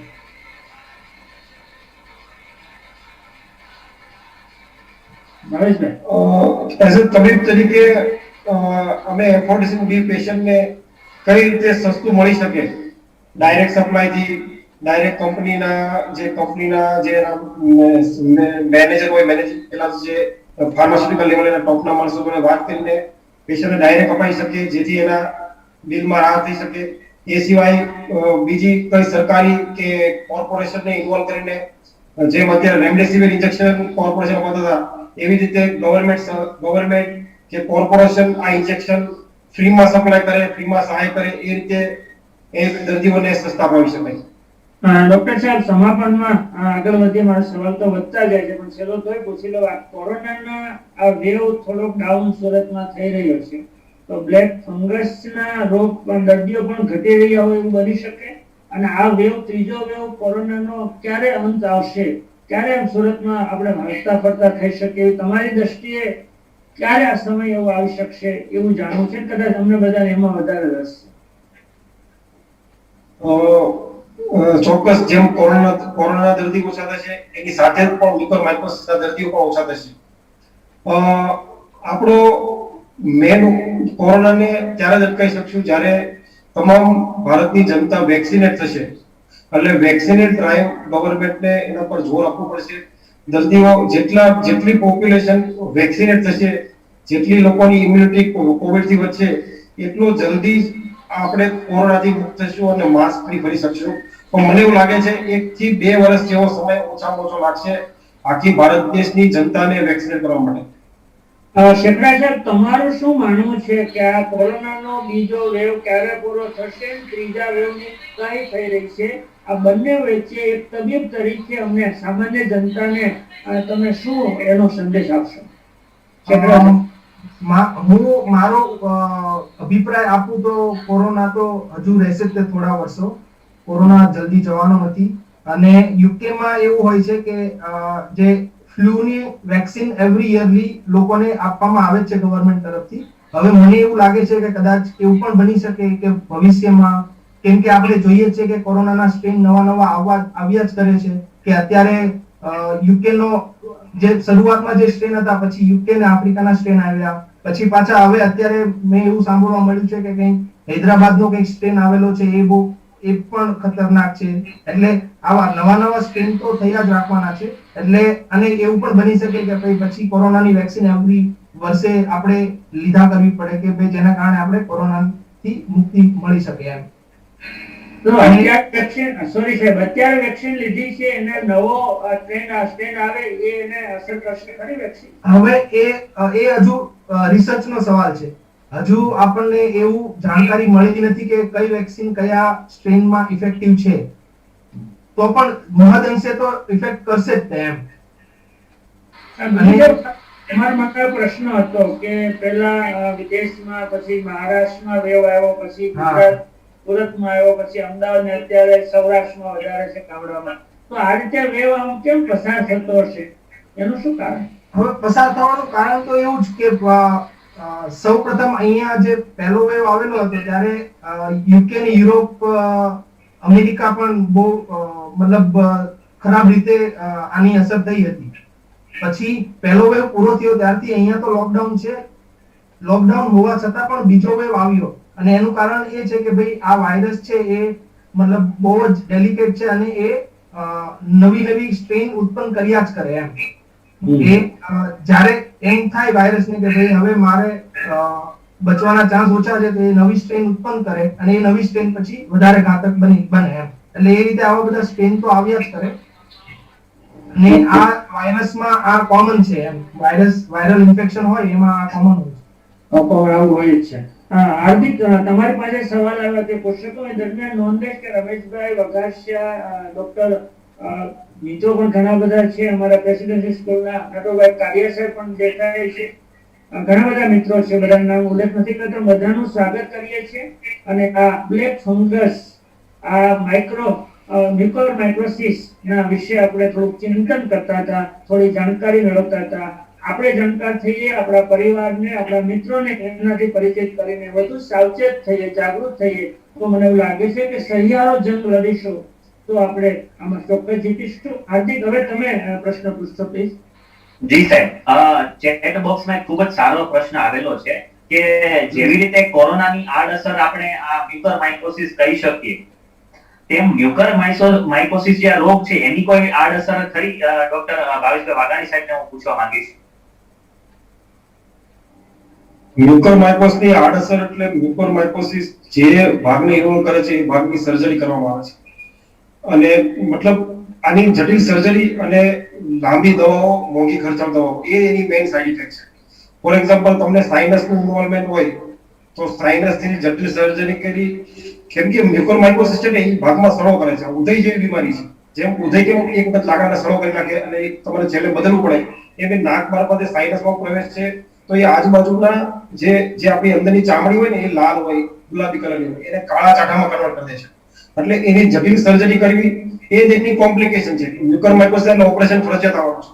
પેશન્ટને જો એ સાઇનસમાંથી આંખમાં પ્રવેશે તો પેશન્ટની આંખ પણ કાઢવી પડે છે, બરાબર. અને ઘણી વખત એ સ્કિન મારફતે પ્રવેશે તો એમાં બી લાંબુ એક્સિજન કરીને ઓપરેશન લાંબુ કરવું પડે છે. એ સિવાય જે મ્યુકોરમાઇકોસિસ છે ને એ જે નાની રક્તવાહિની હોય એના ગઠ્ઠા કરી દે. એટલે શું થાય, નોર્મલી આપણે જે દવાઓ એ રક્ત મારફતે, રક્તવાહિની મારફતે ત્યાં પહોંચેલી, એટલે પહેલા તો સર્જરી કરીને એ આખો મ્યુકોરમાનો ખરાબ ભાગ કાઢવો પડે અને પછી એની એમ્ફોટેરિસિન વિના ઇન્જેક્શન 2 વીક થી 4 વીક સુધી લેવામાં આવે છે. આ ઇન્જેક્શનની ખૂબ જ સાઇડ ઇફેક્ટ છે અને એ સાઇડ ઇફેક્ટ મોનિટર કરતા આપણે પેશન્ટને એ ઇન્જેક્શન ચાલુ રાખવાના હોય છે. એટલે મ્યુકોરમાઇકોસિસ એક વખત ટ્રીટ થઈ ગયો એટલે કમ્પ્લીટલી ક્યોર થઈ ગયા છીએ, પણ એ જે સમય છે એ દર્દી માટે ખૂબ જ પીડાદાયક અને ખૂબ જ દર્દભર્યો છે. સાહેબ, લગાતાર બીજો પ્રશ્ન હું પૂછવા માંગીશ કે જેવી રીતે આપણે કોરોનાની સારવાર માટે પોલ્યુમિક્સ નામની જે દવા આવે છે, ટેબ્લેટ્સ આવે છે, એ આપણે યુઝ કરીએ છીએ. રેમડેસિવિર ને ઇન્જેક્શનો તો કરીએ જ છીએ, સાથે આ ટેબ્લેટ એટલે કે ઓરલ મેડિસિન વાપરીએ છીએ. એવી રીતે આ મ્યુકોરમાઇકોસિસમાં કોઈ ઓરલ મેડિસિન ખરી છે? એવો પણ એક પ્રશ્ન આવ્યો છે આપણી પાસે. અમે એમ્ફોટેરિસિન B ની સાથે પોસાકોનાઝોલ અને ઇસુઆકોનાઝોલ આ 2 ટેબ્લેટ ઓરલ ડ્રગ અવેલેબલ છે. ઇસુઆકોનાઝોલ એટલી રૂટીનલી અવેલેબલ નથી, પણ પોસાકોનાઝોલ નામની મેડિસિન છે જે શરૂઆતના દિવસે પહેલા દિવસે 6 ટેબ્લેટ આપવાની હોય છે અને પછી એ અપ ટુ 3 મંથ સુધી ડેઈલી 3 ટેબ્લેટ આપવાની હોય છે. એ ટેબ્લેટનો એવરેજ ખર્ચ છે ને પર ટેબ્લેટ 600 રૂપીસ છે. એટલે પેશન્ટને 2000 રૂપીસ નિયરલી એ ટેબ્લેટ, એટલે ઓરલ મેડિસિન અવેલેબલ છે. એટલે ઇન્જેક્શન જોડે આ ઓરલ પોસાકોનાઝોલ ટેબ્લેટ અમે આપતા હોઈએ છીએ. ભાવેશભાઈ, અમારે ખૂબ અગ્રણી નો સવાલ છે. એને ડાયાબિટીસ તો 300-400 રહે છે અને નસીબ જોગે 2 મહિના પહેલા કોરોનામાંથી બચીને ઘરે આવી ગયા છે, ત્યારે નોર્મલ છે. તો ડાયાબિટીસ છે, કોરોના સારું થઈ ગયા પછીના 2 મહિના થઈ ગયા છે, તો હવે મને આ બ્લેક ફંગસ થવાની શક્યતા કેટલી? આવો વ્યક્તિગત સવાલ છે, પણ ઘણાના મનમાં એવું હોય કે કોરોના સારો થઈ ગયા પછી આ બ્લેક ફંગસ થવાની શક્યતા કેટલા સમય સુધી વધારે ગણાય? આવો એક સવાલ જાણવાનો અમારી ઈચ્છા છે. કોરોના પછી આપણે જ કીધું છે કે 2 મહિના સુધી કેસીસ જોવા મળી રહ્યા છે, પણ જે દર્દી ડાયાબિટીક દર્દી છે અને અનકન્ટ્રોલ સુગર નથી, એ ઇટસેલ્ફ જ એક રિસ્ક ફેક્ટર છે મ્યુકોરમાઇકોસિસ થવાનું. એટલે એમને મારી એવી સલાહ છે કે સ્ટ્રિક્ટલી એમનો સુગર કંટ્રોલ કરવો પ્રોપર ડાયાબિટોલોજીસ્ટ કન્સલ્ટ કરીને સુગર કંટ્રોલ કરવી જરૂરી છે. એ સિવાય પ્રોપર ડાઇટ ચાર્ટ, પણ એમનું સુગર ભૂખ્યા પેટનું 120 ની નીચે અને જમ્યા પછીનું 170 ની નીચે રહેવું ખૂબ જ જરૂરી છે. એ ડાયાબિટીસ તો કંટ્રોલ થતું હવે એની ચિંતા થાય છે કે મારે હવે જીવવું કેમ, ડાયાબિટીસ છે અને પણ સાહેબ એમની સુગર કંટ્રોલ હશે, એમની સુગર કંટ્રોલ હશે તમને મ્યુકરમાઇકોસિસ નહીં થાય. ઓકે, પણ સુગર કંટ્રોલ નથી થતું તો હવે એને શું કાળજી લેવી એમાં અમને રસ છે. કંટ્રોલ તો બહુ માતાજી કરો નથી થતું. તમે જો ઓકે, એમને માસ્ક લેવું ખૂબ જ જરૂરી છે. સેકન્ડ, સ્ટીમ ઇનહેલેશન, રેગ્યુલર સ્ટીમ લેવાથી બી નાકનું જે માઇક્રોઓર્ગેનિઝમ હોય ક્લિયર થાય છે. અને એ સિવાય મેં આપણે વાત કરી જલ નિધિ કે નાસ ક્લિયરિંગ, એક નાકમાંથી સલાઈન ડ્રોપ કરીને સેકન્ડ નાકથી, એમાંથી બી નોર્મલ માઇક્રોઓર્ગેનિઝમ ક્લિયર થાય છે. એ સિવાય અમારે એક દર્દી તરીકે કન્ફ્યુઝન છે. અમારે એક એમડી ફિઝિશિયન છે, એની એવી સલાહ છે કોઈ પણ પેશન્ટ કોરોનાનો આવે એટલે એને દવા લખી આપણે એટલું કે ગરમ પાણી પીતા નહીં, ના લેતા નહીં. અને એનું એવું માનવું છે કે કોરોનામાં ના લેવાની જરૂર નથી. હવે આ મ્યુકોસિસ ન થાય એના માટે તમે ના લેવાનો કહો છો, તો આ બેયને અમારે કઈ રીતે સમજવું? સ્ટીમ ઇનહેલેશન થી સાહેબ છે ને જેમ એનું નેઝલ પેસેજ ક્લિયર થાય, નોટ ફોર ધ કોરોના, પણ મ્યુકરમાઇકોસિસ પ્રિવેન્શન માટે સ્ટીમ ઇનહેલેશન એક ઇફેક્ટિવ પ્રિવેન્ટિવ મેજર છે. ઓકે, હાર્દિકભાઈ. સાહેબ આપણે આ સેશન અંત તરફ લઈ જઈએ અને નોર્મલ જે માઇનોર બે પ્રશ્નો છે કે આ રોગ જીવલેણ ખરો અને કેન્સર સાથે આને કેવી રીતે કમ્પેર કરી શકાય? કેન્સર જીવલેણ કહેવાય કે આ વધારે ઘાતક? અગર તો કેન્સરની સાથે પબ્લિક જીવતું થઈ ગયું લાગે છે તો આ માઇકોસિસ છે તો કેન્સરને બેને લેવલ કરીએ, બેની સરખામણી કરીએ તો કેમ કરવી? આ કેન્સર કરતા 10 ગણો ભયાનક રોગ છે. કેમ કે કાંજીભાઈ આમાં મૃત્યુ દર 50% છે, 50% થી પણ વધારે મૃત્યુ દર છે અને બહુ રેપિડલી પ્રોગ્રેસ થાય છે કે 2 દિવસ 3 દિવસની અંદર પેશન્ટનો એટલો ચહેરો સોજી આવે છે, જટિલ પ્રક્રિયા કરવી પડે છે. અને એક વાર પેશન્ટ બ્રેઇનમાં પહોંચે ત્યારે એ મોટા ભાગે એ શું કહેવાય સર્જરી માટે ફિટ નથી. આ ટાઈપના પેશન્ટને મેડિસિન આપવાથી પણ બચવાનું નથી. એટલે મોટા ભાગે છે એનો મૃત્યુ દર ખૂબ વધારે છે 50% અને બહુ ઝડપથી ફેલાય છે. બગડે છે. હું બોલું એક વાત, જેમ કેન્સર બી જેમ અર્લી ડાયગ્નોસ કરી લઈએ એમ કેન્સરના દર્દીઓને બચવાના ચાન્સીસ વધી જાય, એમ આમાં પણ મ્યુકરમાઇકોસિસ અર્લી ડાયગ્નોસ કરશો તો ચાન્સીસ વધી જશે. ચાન્સીસ વધી, બરાબર. હું એગ્રી છું શેખડા સાહેબ જોડે. શેખડા સાહેબે સરસ માહિતી આપી. હું બીજો પ્રશ્ન પૂછ્યો પહેલા કુણાલભાઈ એક એટલો ટી-શર્ટમાં નટુભાઈ કારિયા સાહેબ છે અને એનું નામ નથી લખ્યું પણ ગેલેક્સી H20 અલ્ટ્રા એલટી લખેલું છે. અનમ્યુટ કરો એમને. અનમ્યુટ કરજે, સવાલ પૂછવા માંગે છે. હા કારિયા સાહેબ પૂછજો. નહીં તમારો અવાજ નથી આવ્યો જે કારિયા સાહેબ. યસ. ખાસ તો મારે પૂછવાનું કે કેન્સર નું ઓપરેશન કર્યા પછી પણ કેન્સર પાછું ફેલાઈ શકે છે, એમ આ રોગ પણ એનું ઓપરેશન કર્યા પછી પાછું ફેલાઈ શકે, ફરી પાછું ઓપરેટ કરવું પડે? બંને ડોક્ટર જવાબ આપશે. પહેલા વાઘાણી સાહેબ જવાબ આપશે, પછી શેખડા સાહેબ આપશે. નોર્મલી છે ને સાહેબ એક વખત આપણે એનું ફોર એક્ઝામ્પલ સાઇનસમાં છે અને સાઇનસ સર્જરી આપણે ક્લિયર કરીએ અને અમે 14 દિવસ સુધી ઇન્જેક્શન આપતા હોય છે. 14 દિવસ પછી એક વખત રિપીટ નેઝલ એન્ડોસ્કોપી કરતા હોય છે, બાયોપ્સીનું સેમ્પલ લેતા હોય છે કે એમાં હવે ફંગસ છે કે નથી. જો ફંગસ એમાં હજુ બી હોય તો એની રિપીટ સર્જરી કરવાની હોય છે અને એના એન્ટીબાયોટિક એને જે એમ્ફોટેરેસિન બીના ઇન્જેક્શન હજુ બે વીક આપતા હોય છે. એટલે આમાં પણ ઘણી વખત રિકરન્સ હોય છે. પહેલી વખત સર્જરી કર્યા પછી બી રિકરન્સ થાય છે. શેખડા સાહેબ તમારું શું માનવું છે આ બાબતમાં? હવે એમ પણ આ જે ઇન્ફેક્શન જો કેન્સર અને આને કમ્પેર કરીએ તો આ ઇન્ફેક્શન છે. ઇન્ફેક્શન એટલે કંઈક બેક્ટેરિયા કે એને કારણે થાય. હવે જો એ આપણે બેક્ટેરિયા આ ફંગસને કારણે થાય, હવે જો એ ફંગસને આપણે સંપૂર્ણપણે મારી નાખીએ કે ભાઈ ફોર એક્ઝામ્પલ સર્જરી કરીને જેટલી બને એટલી કાઢી અને પછી એન્ટી ફંગલ જે ટ્રીટમેન્ટ આપી અને સંપૂર્ણપણે એનો નાશ કરીએ તો પછી રિપીટ થવાના ચાન્સીસ ઓછા થઈ જાય. પરંતુ જે રિસ્ક ફેક્ટર છે, ફોર એક્ઝામ્પલ કોઈ ડાયાબિટીક પેશન્ટ છે, એનું સુગર કંટ્રોલ ચાલો ડાયાબિટીસ નો કોઈ પેશન્ટ છે, એને ફંગલ ઇન્ફેક્શન થયું, એ ટ્રીટ થઈ ગયા, પણ શુગર કંટ્રોલમાં નથી, તો એ રિસ્ક ફેક્ટર તો રહેશે જ તે કે ભાઈ ડાયાબિટીસ કંટ્રોલમાં નથી, તો એનેથી બીજી વાર ઇન્ફેક્શન થવાના ચાન્સ વધી રહે, મતલબ રહેવાના જ છે. જે નોર્મલ પોપ્યુલેશનની સરખામણીમાં એ પેશન્ટના લોકોને ચાન્સીસ વધી રહે. ઓકે, સરસ. મારે તો દર્શકોને એટલું જ કહેવાનું છે કે તબીબ મિત્રોની વાત પરથી એટલું નક્કી થયું કે કોરોનામાં મરણનો દર માત્ર 1 થી 2% હશે, પણ જો આ બ્લેક ફંગસ થાય તો મરણનો દર 40 થી 50% અડધો. એટલે આનાથી બચવું જ રહ્યું. હાર્દિકભાઈ, તમારી પાસે સવાલ હોય તો ઓકે, નકર સમાપન તરફ જવું છે. સાહેબ, એક મને સારો પ્રશ્ન ચેટ બોક્સમાં લાગે છે એટલે એક લઈ લઈએ, અને એ પણ ડોક્ટર ધર્મેશ પટેલ સાહેબનો છે.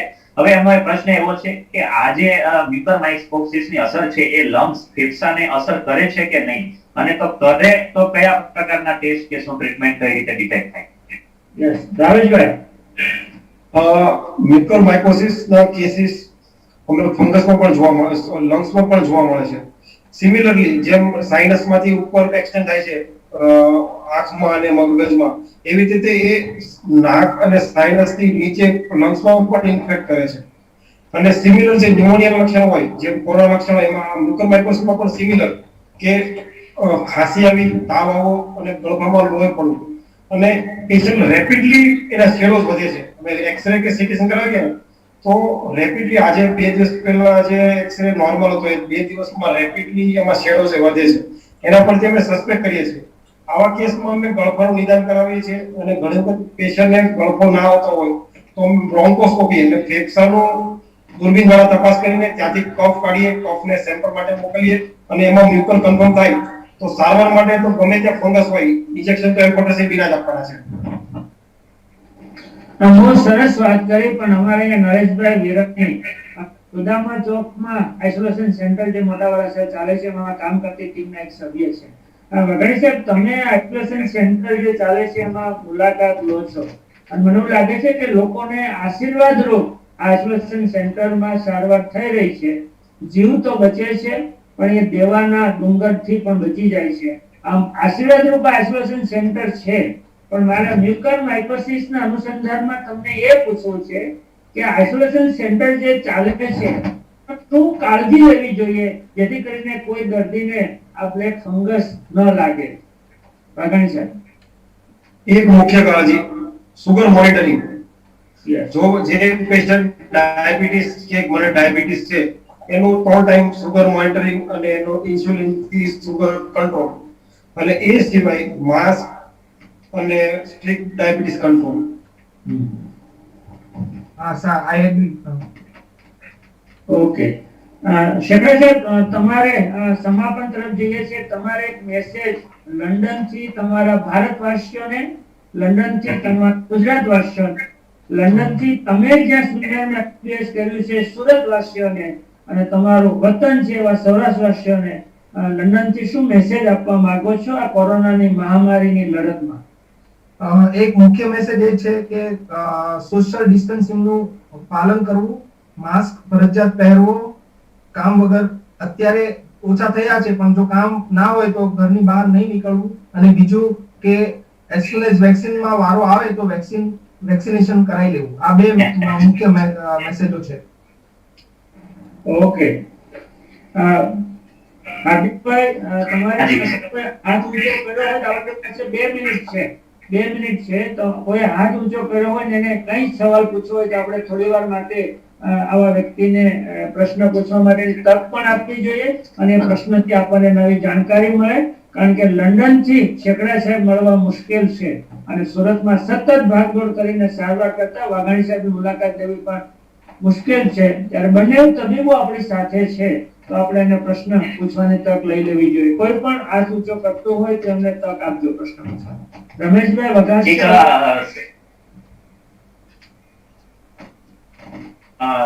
રમેશભાઈ વણપરિયા, જે મમતા પાર્ક સોસાયટી સાહેબના ટીબડિયા સાહેબ જે છે એમના પાડોશી છે, તો એમનો કઈક પ્રશ્ન છે, એમનો હાથ ઊંચો છે, તો પ્લીઝ.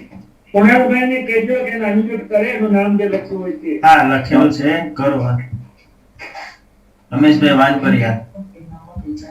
અને પછી ભીખુભાઈ ટીમડિયા જો લાઈન પર હોય તો છેલ્લો એકાદો પ્રશ્ન એમને પણ આપણે પૂછવા દેવો છે, કારણ કે એના દીકરાને જજુમ તો જોયો છે. રમેશભાઈ વાનપરિયાને અનમ્યુટ કરેલા છે.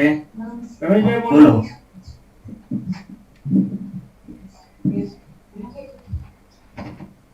એમનો અવાજ નથી આવતો.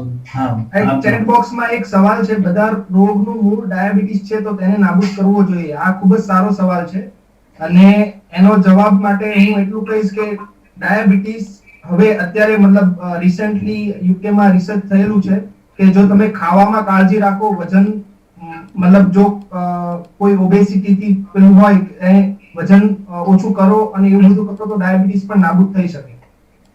Very good Shankaracharya. ઓકે, સારું. રમેશભાઈ વઘાસિયા છે કે કુણાલ?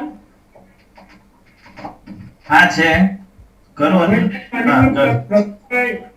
તમારી લાગણી, તમારે સવાલ પૂછો ને પછી આ કાર્યક્રમના સમાપનમાં સૌરાષ્ટ્ર પટેલ સેવા સમાજ વતી એના કોઓર્ડિનેટર તરીકે તેને આભાર વિધિ પણ કરશે. આથી એ સિવાય કઈ નથી ને બીજું? નહીં સર, ઓલમોસ્ટ ક્વેશ્ચન બધા ઇન્ક્લુડ થઈ ગયા છે. Okay okay, Rameshbhai Vaghasiya. ખૂબ ખૂબ આભાર કાનજીભાઈ. એક સમાજના પ્રમુખ તરીકે કે સમાજના વડીલ તરીકે કે સમાજના એક જાગૃત નાગરિક તરીકે આપ જે જુદા જુદા વિષય ઉપર લોકોને જે માહિતીની, માર્ગદર્શનની કે દિશાની જરૂરિયાત હોય એ પૂરી પાડવા માટે જે પ્રયત્ન થાય છે એ ખરેખર અભિનંદનીય છે. લાખ લાખ અભિનંદન આખી ટીમને કે કેટલાય લોકો સુધી આ સારી માહિતી જ્યારે જરૂરિયાત છે એ ટાઈમે ઉપલબ્ધ થઈ છે. બંને ડોક્ટરો પણ વિદ્વાન જ્ઞાન ધરાવે છે અને એ જ્ઞાનનો લાભ સૌને મળ્યો આજે. ત્યારે આવનારા સમયમાં દરેક લોકો આ રોગોથી બચવા માટે પ્રયત્નશીલ થાય તો એમાં ઉપયોગી માર્ગદર્શન આ બંને ડોક્ટર મિત્રોએ આપ્યું એ માટે ખરેખર ખૂબ આનંદ થાય છે. નાના મોટા અનેક પ્રશ્નો દ્વારા લોકોના મનમાં જે મૂંઝવણ હોય છે એનો ઉકેલ આ કાર્યક્રમ દ્વારા મળ્યો છે. આવનારા સમયમાં પણ આવી રીતે કાર્યક્રમો થતા રહે તો લોકોને માહિતીને માર્ગદર્શન મળતું રહેશે સાહેબ. તો સમાજના કોઓર્ડિનેટર તરીકે અને આજના એક પ્રેક્ષક તરીકે ડોક્ટર શેખડા સાહેબ જે યુકેથી ખાસ સ્પેશિયલી આપણી સાથે જોડાયા એ માટે હૃદયના ઉમળકાથી એમનો આભાર વ્યક્ત કરું છું. અને અત્યંત વ્યસ્ત કામગીરીમાં રોગની અત્યારે ભયંકર પરિસ્થિતિમાં પણ ભાવેશભાઈ ખૂબ વ્યસ્ત છે. તેમ છતાં પણ સમાજ માટે, જાહેર માર્ગદર્શન માટે સમય ફાળવી અને ખૂબ પૂર્ણ માર્ગદર્શન આપ્યું એ માટે એમનો પણ સમાજ વતી અને બધા જ લોકો વતી હું આભાર વ્યક્ત કરું છું. આપનો હાર્દિક આભાર. ભાઈ હાર્દિકભાઈ ચાંચડ અને ભાવેશભાઈ રફળિયા, આપ સાહેબ કાનજીભાઈ અને સૌ મિત્રો સાથે મળીને આવા સરસ કાર્યક્રમ આયોજન થાય છે ત્યારે સમાજ વતી અને દરેક નાગરિક વતી હું આપ સૌનો પણ આભાર વ્યક્ત કરું છું. અને સૌ જે જોડાયા અને આ કાર્યક્રમનો લાભ લીધો એ માટે આપ સૌનો પણ આભાર. ધન્યવાદ. Thank you. Thank you. આભારની સાથે બે વ્યક્તિનો જે આભાર મૂકી લઈએ, આ ટેકનિકલ સપોર્ટ જેમણે પૂરો પાડ્યો છે નોબલ ક્લાસીસ વાળા કુણાલભાઈ ગોંડલિયા, અને આખા આ ઝૂમ વેબિનારને ઓનલાઈન કરીને ફેસબુકમાં, યુટ્યુબમાં અને રિયલ નેટવર્કમાં પ્રસારિત કર્યો છે એવા રિયલ નેટવર્ક વાળા અંકિતભાઈ સુરાણીનો પણ આભાર માનીએ છીએ. ખાસ 10:30 થયા અને ચેટ બોક્સમાં તો રમેશભાઈ લગભગ 130 જેટલા સવાલો પૂછાયા છે અને એને મોટે ભાગે આપણે આટલા સવાલોમાં સમાવેશ કરી દીધો. બંને તબીબોનો આપ સૌનો અને ખૂબ લાગણી સાથે ભીખુભાઈ ટીમડિયા પરિવારને પણ આપણે આશ્વાસન આપીએ છીએ અને ચિરાગ માટે હંમેશા ભગવાનને પ્રાર્થના છે કે એને પરમાત્મા શાંતિ આપે, પરિવારને સહજ ભાવ આપે. બસ એટલી લાગણી સાથે આજનો આ વિષય જાગૃતિના કાર્યક્રમનો અહીંયા સમાપન કરીએ છીએ. હાર્દિક અને કુણાલને વિનંતી છે કે તેઓ કાર્યક્રમને અહીંયા સમાપન તરીકે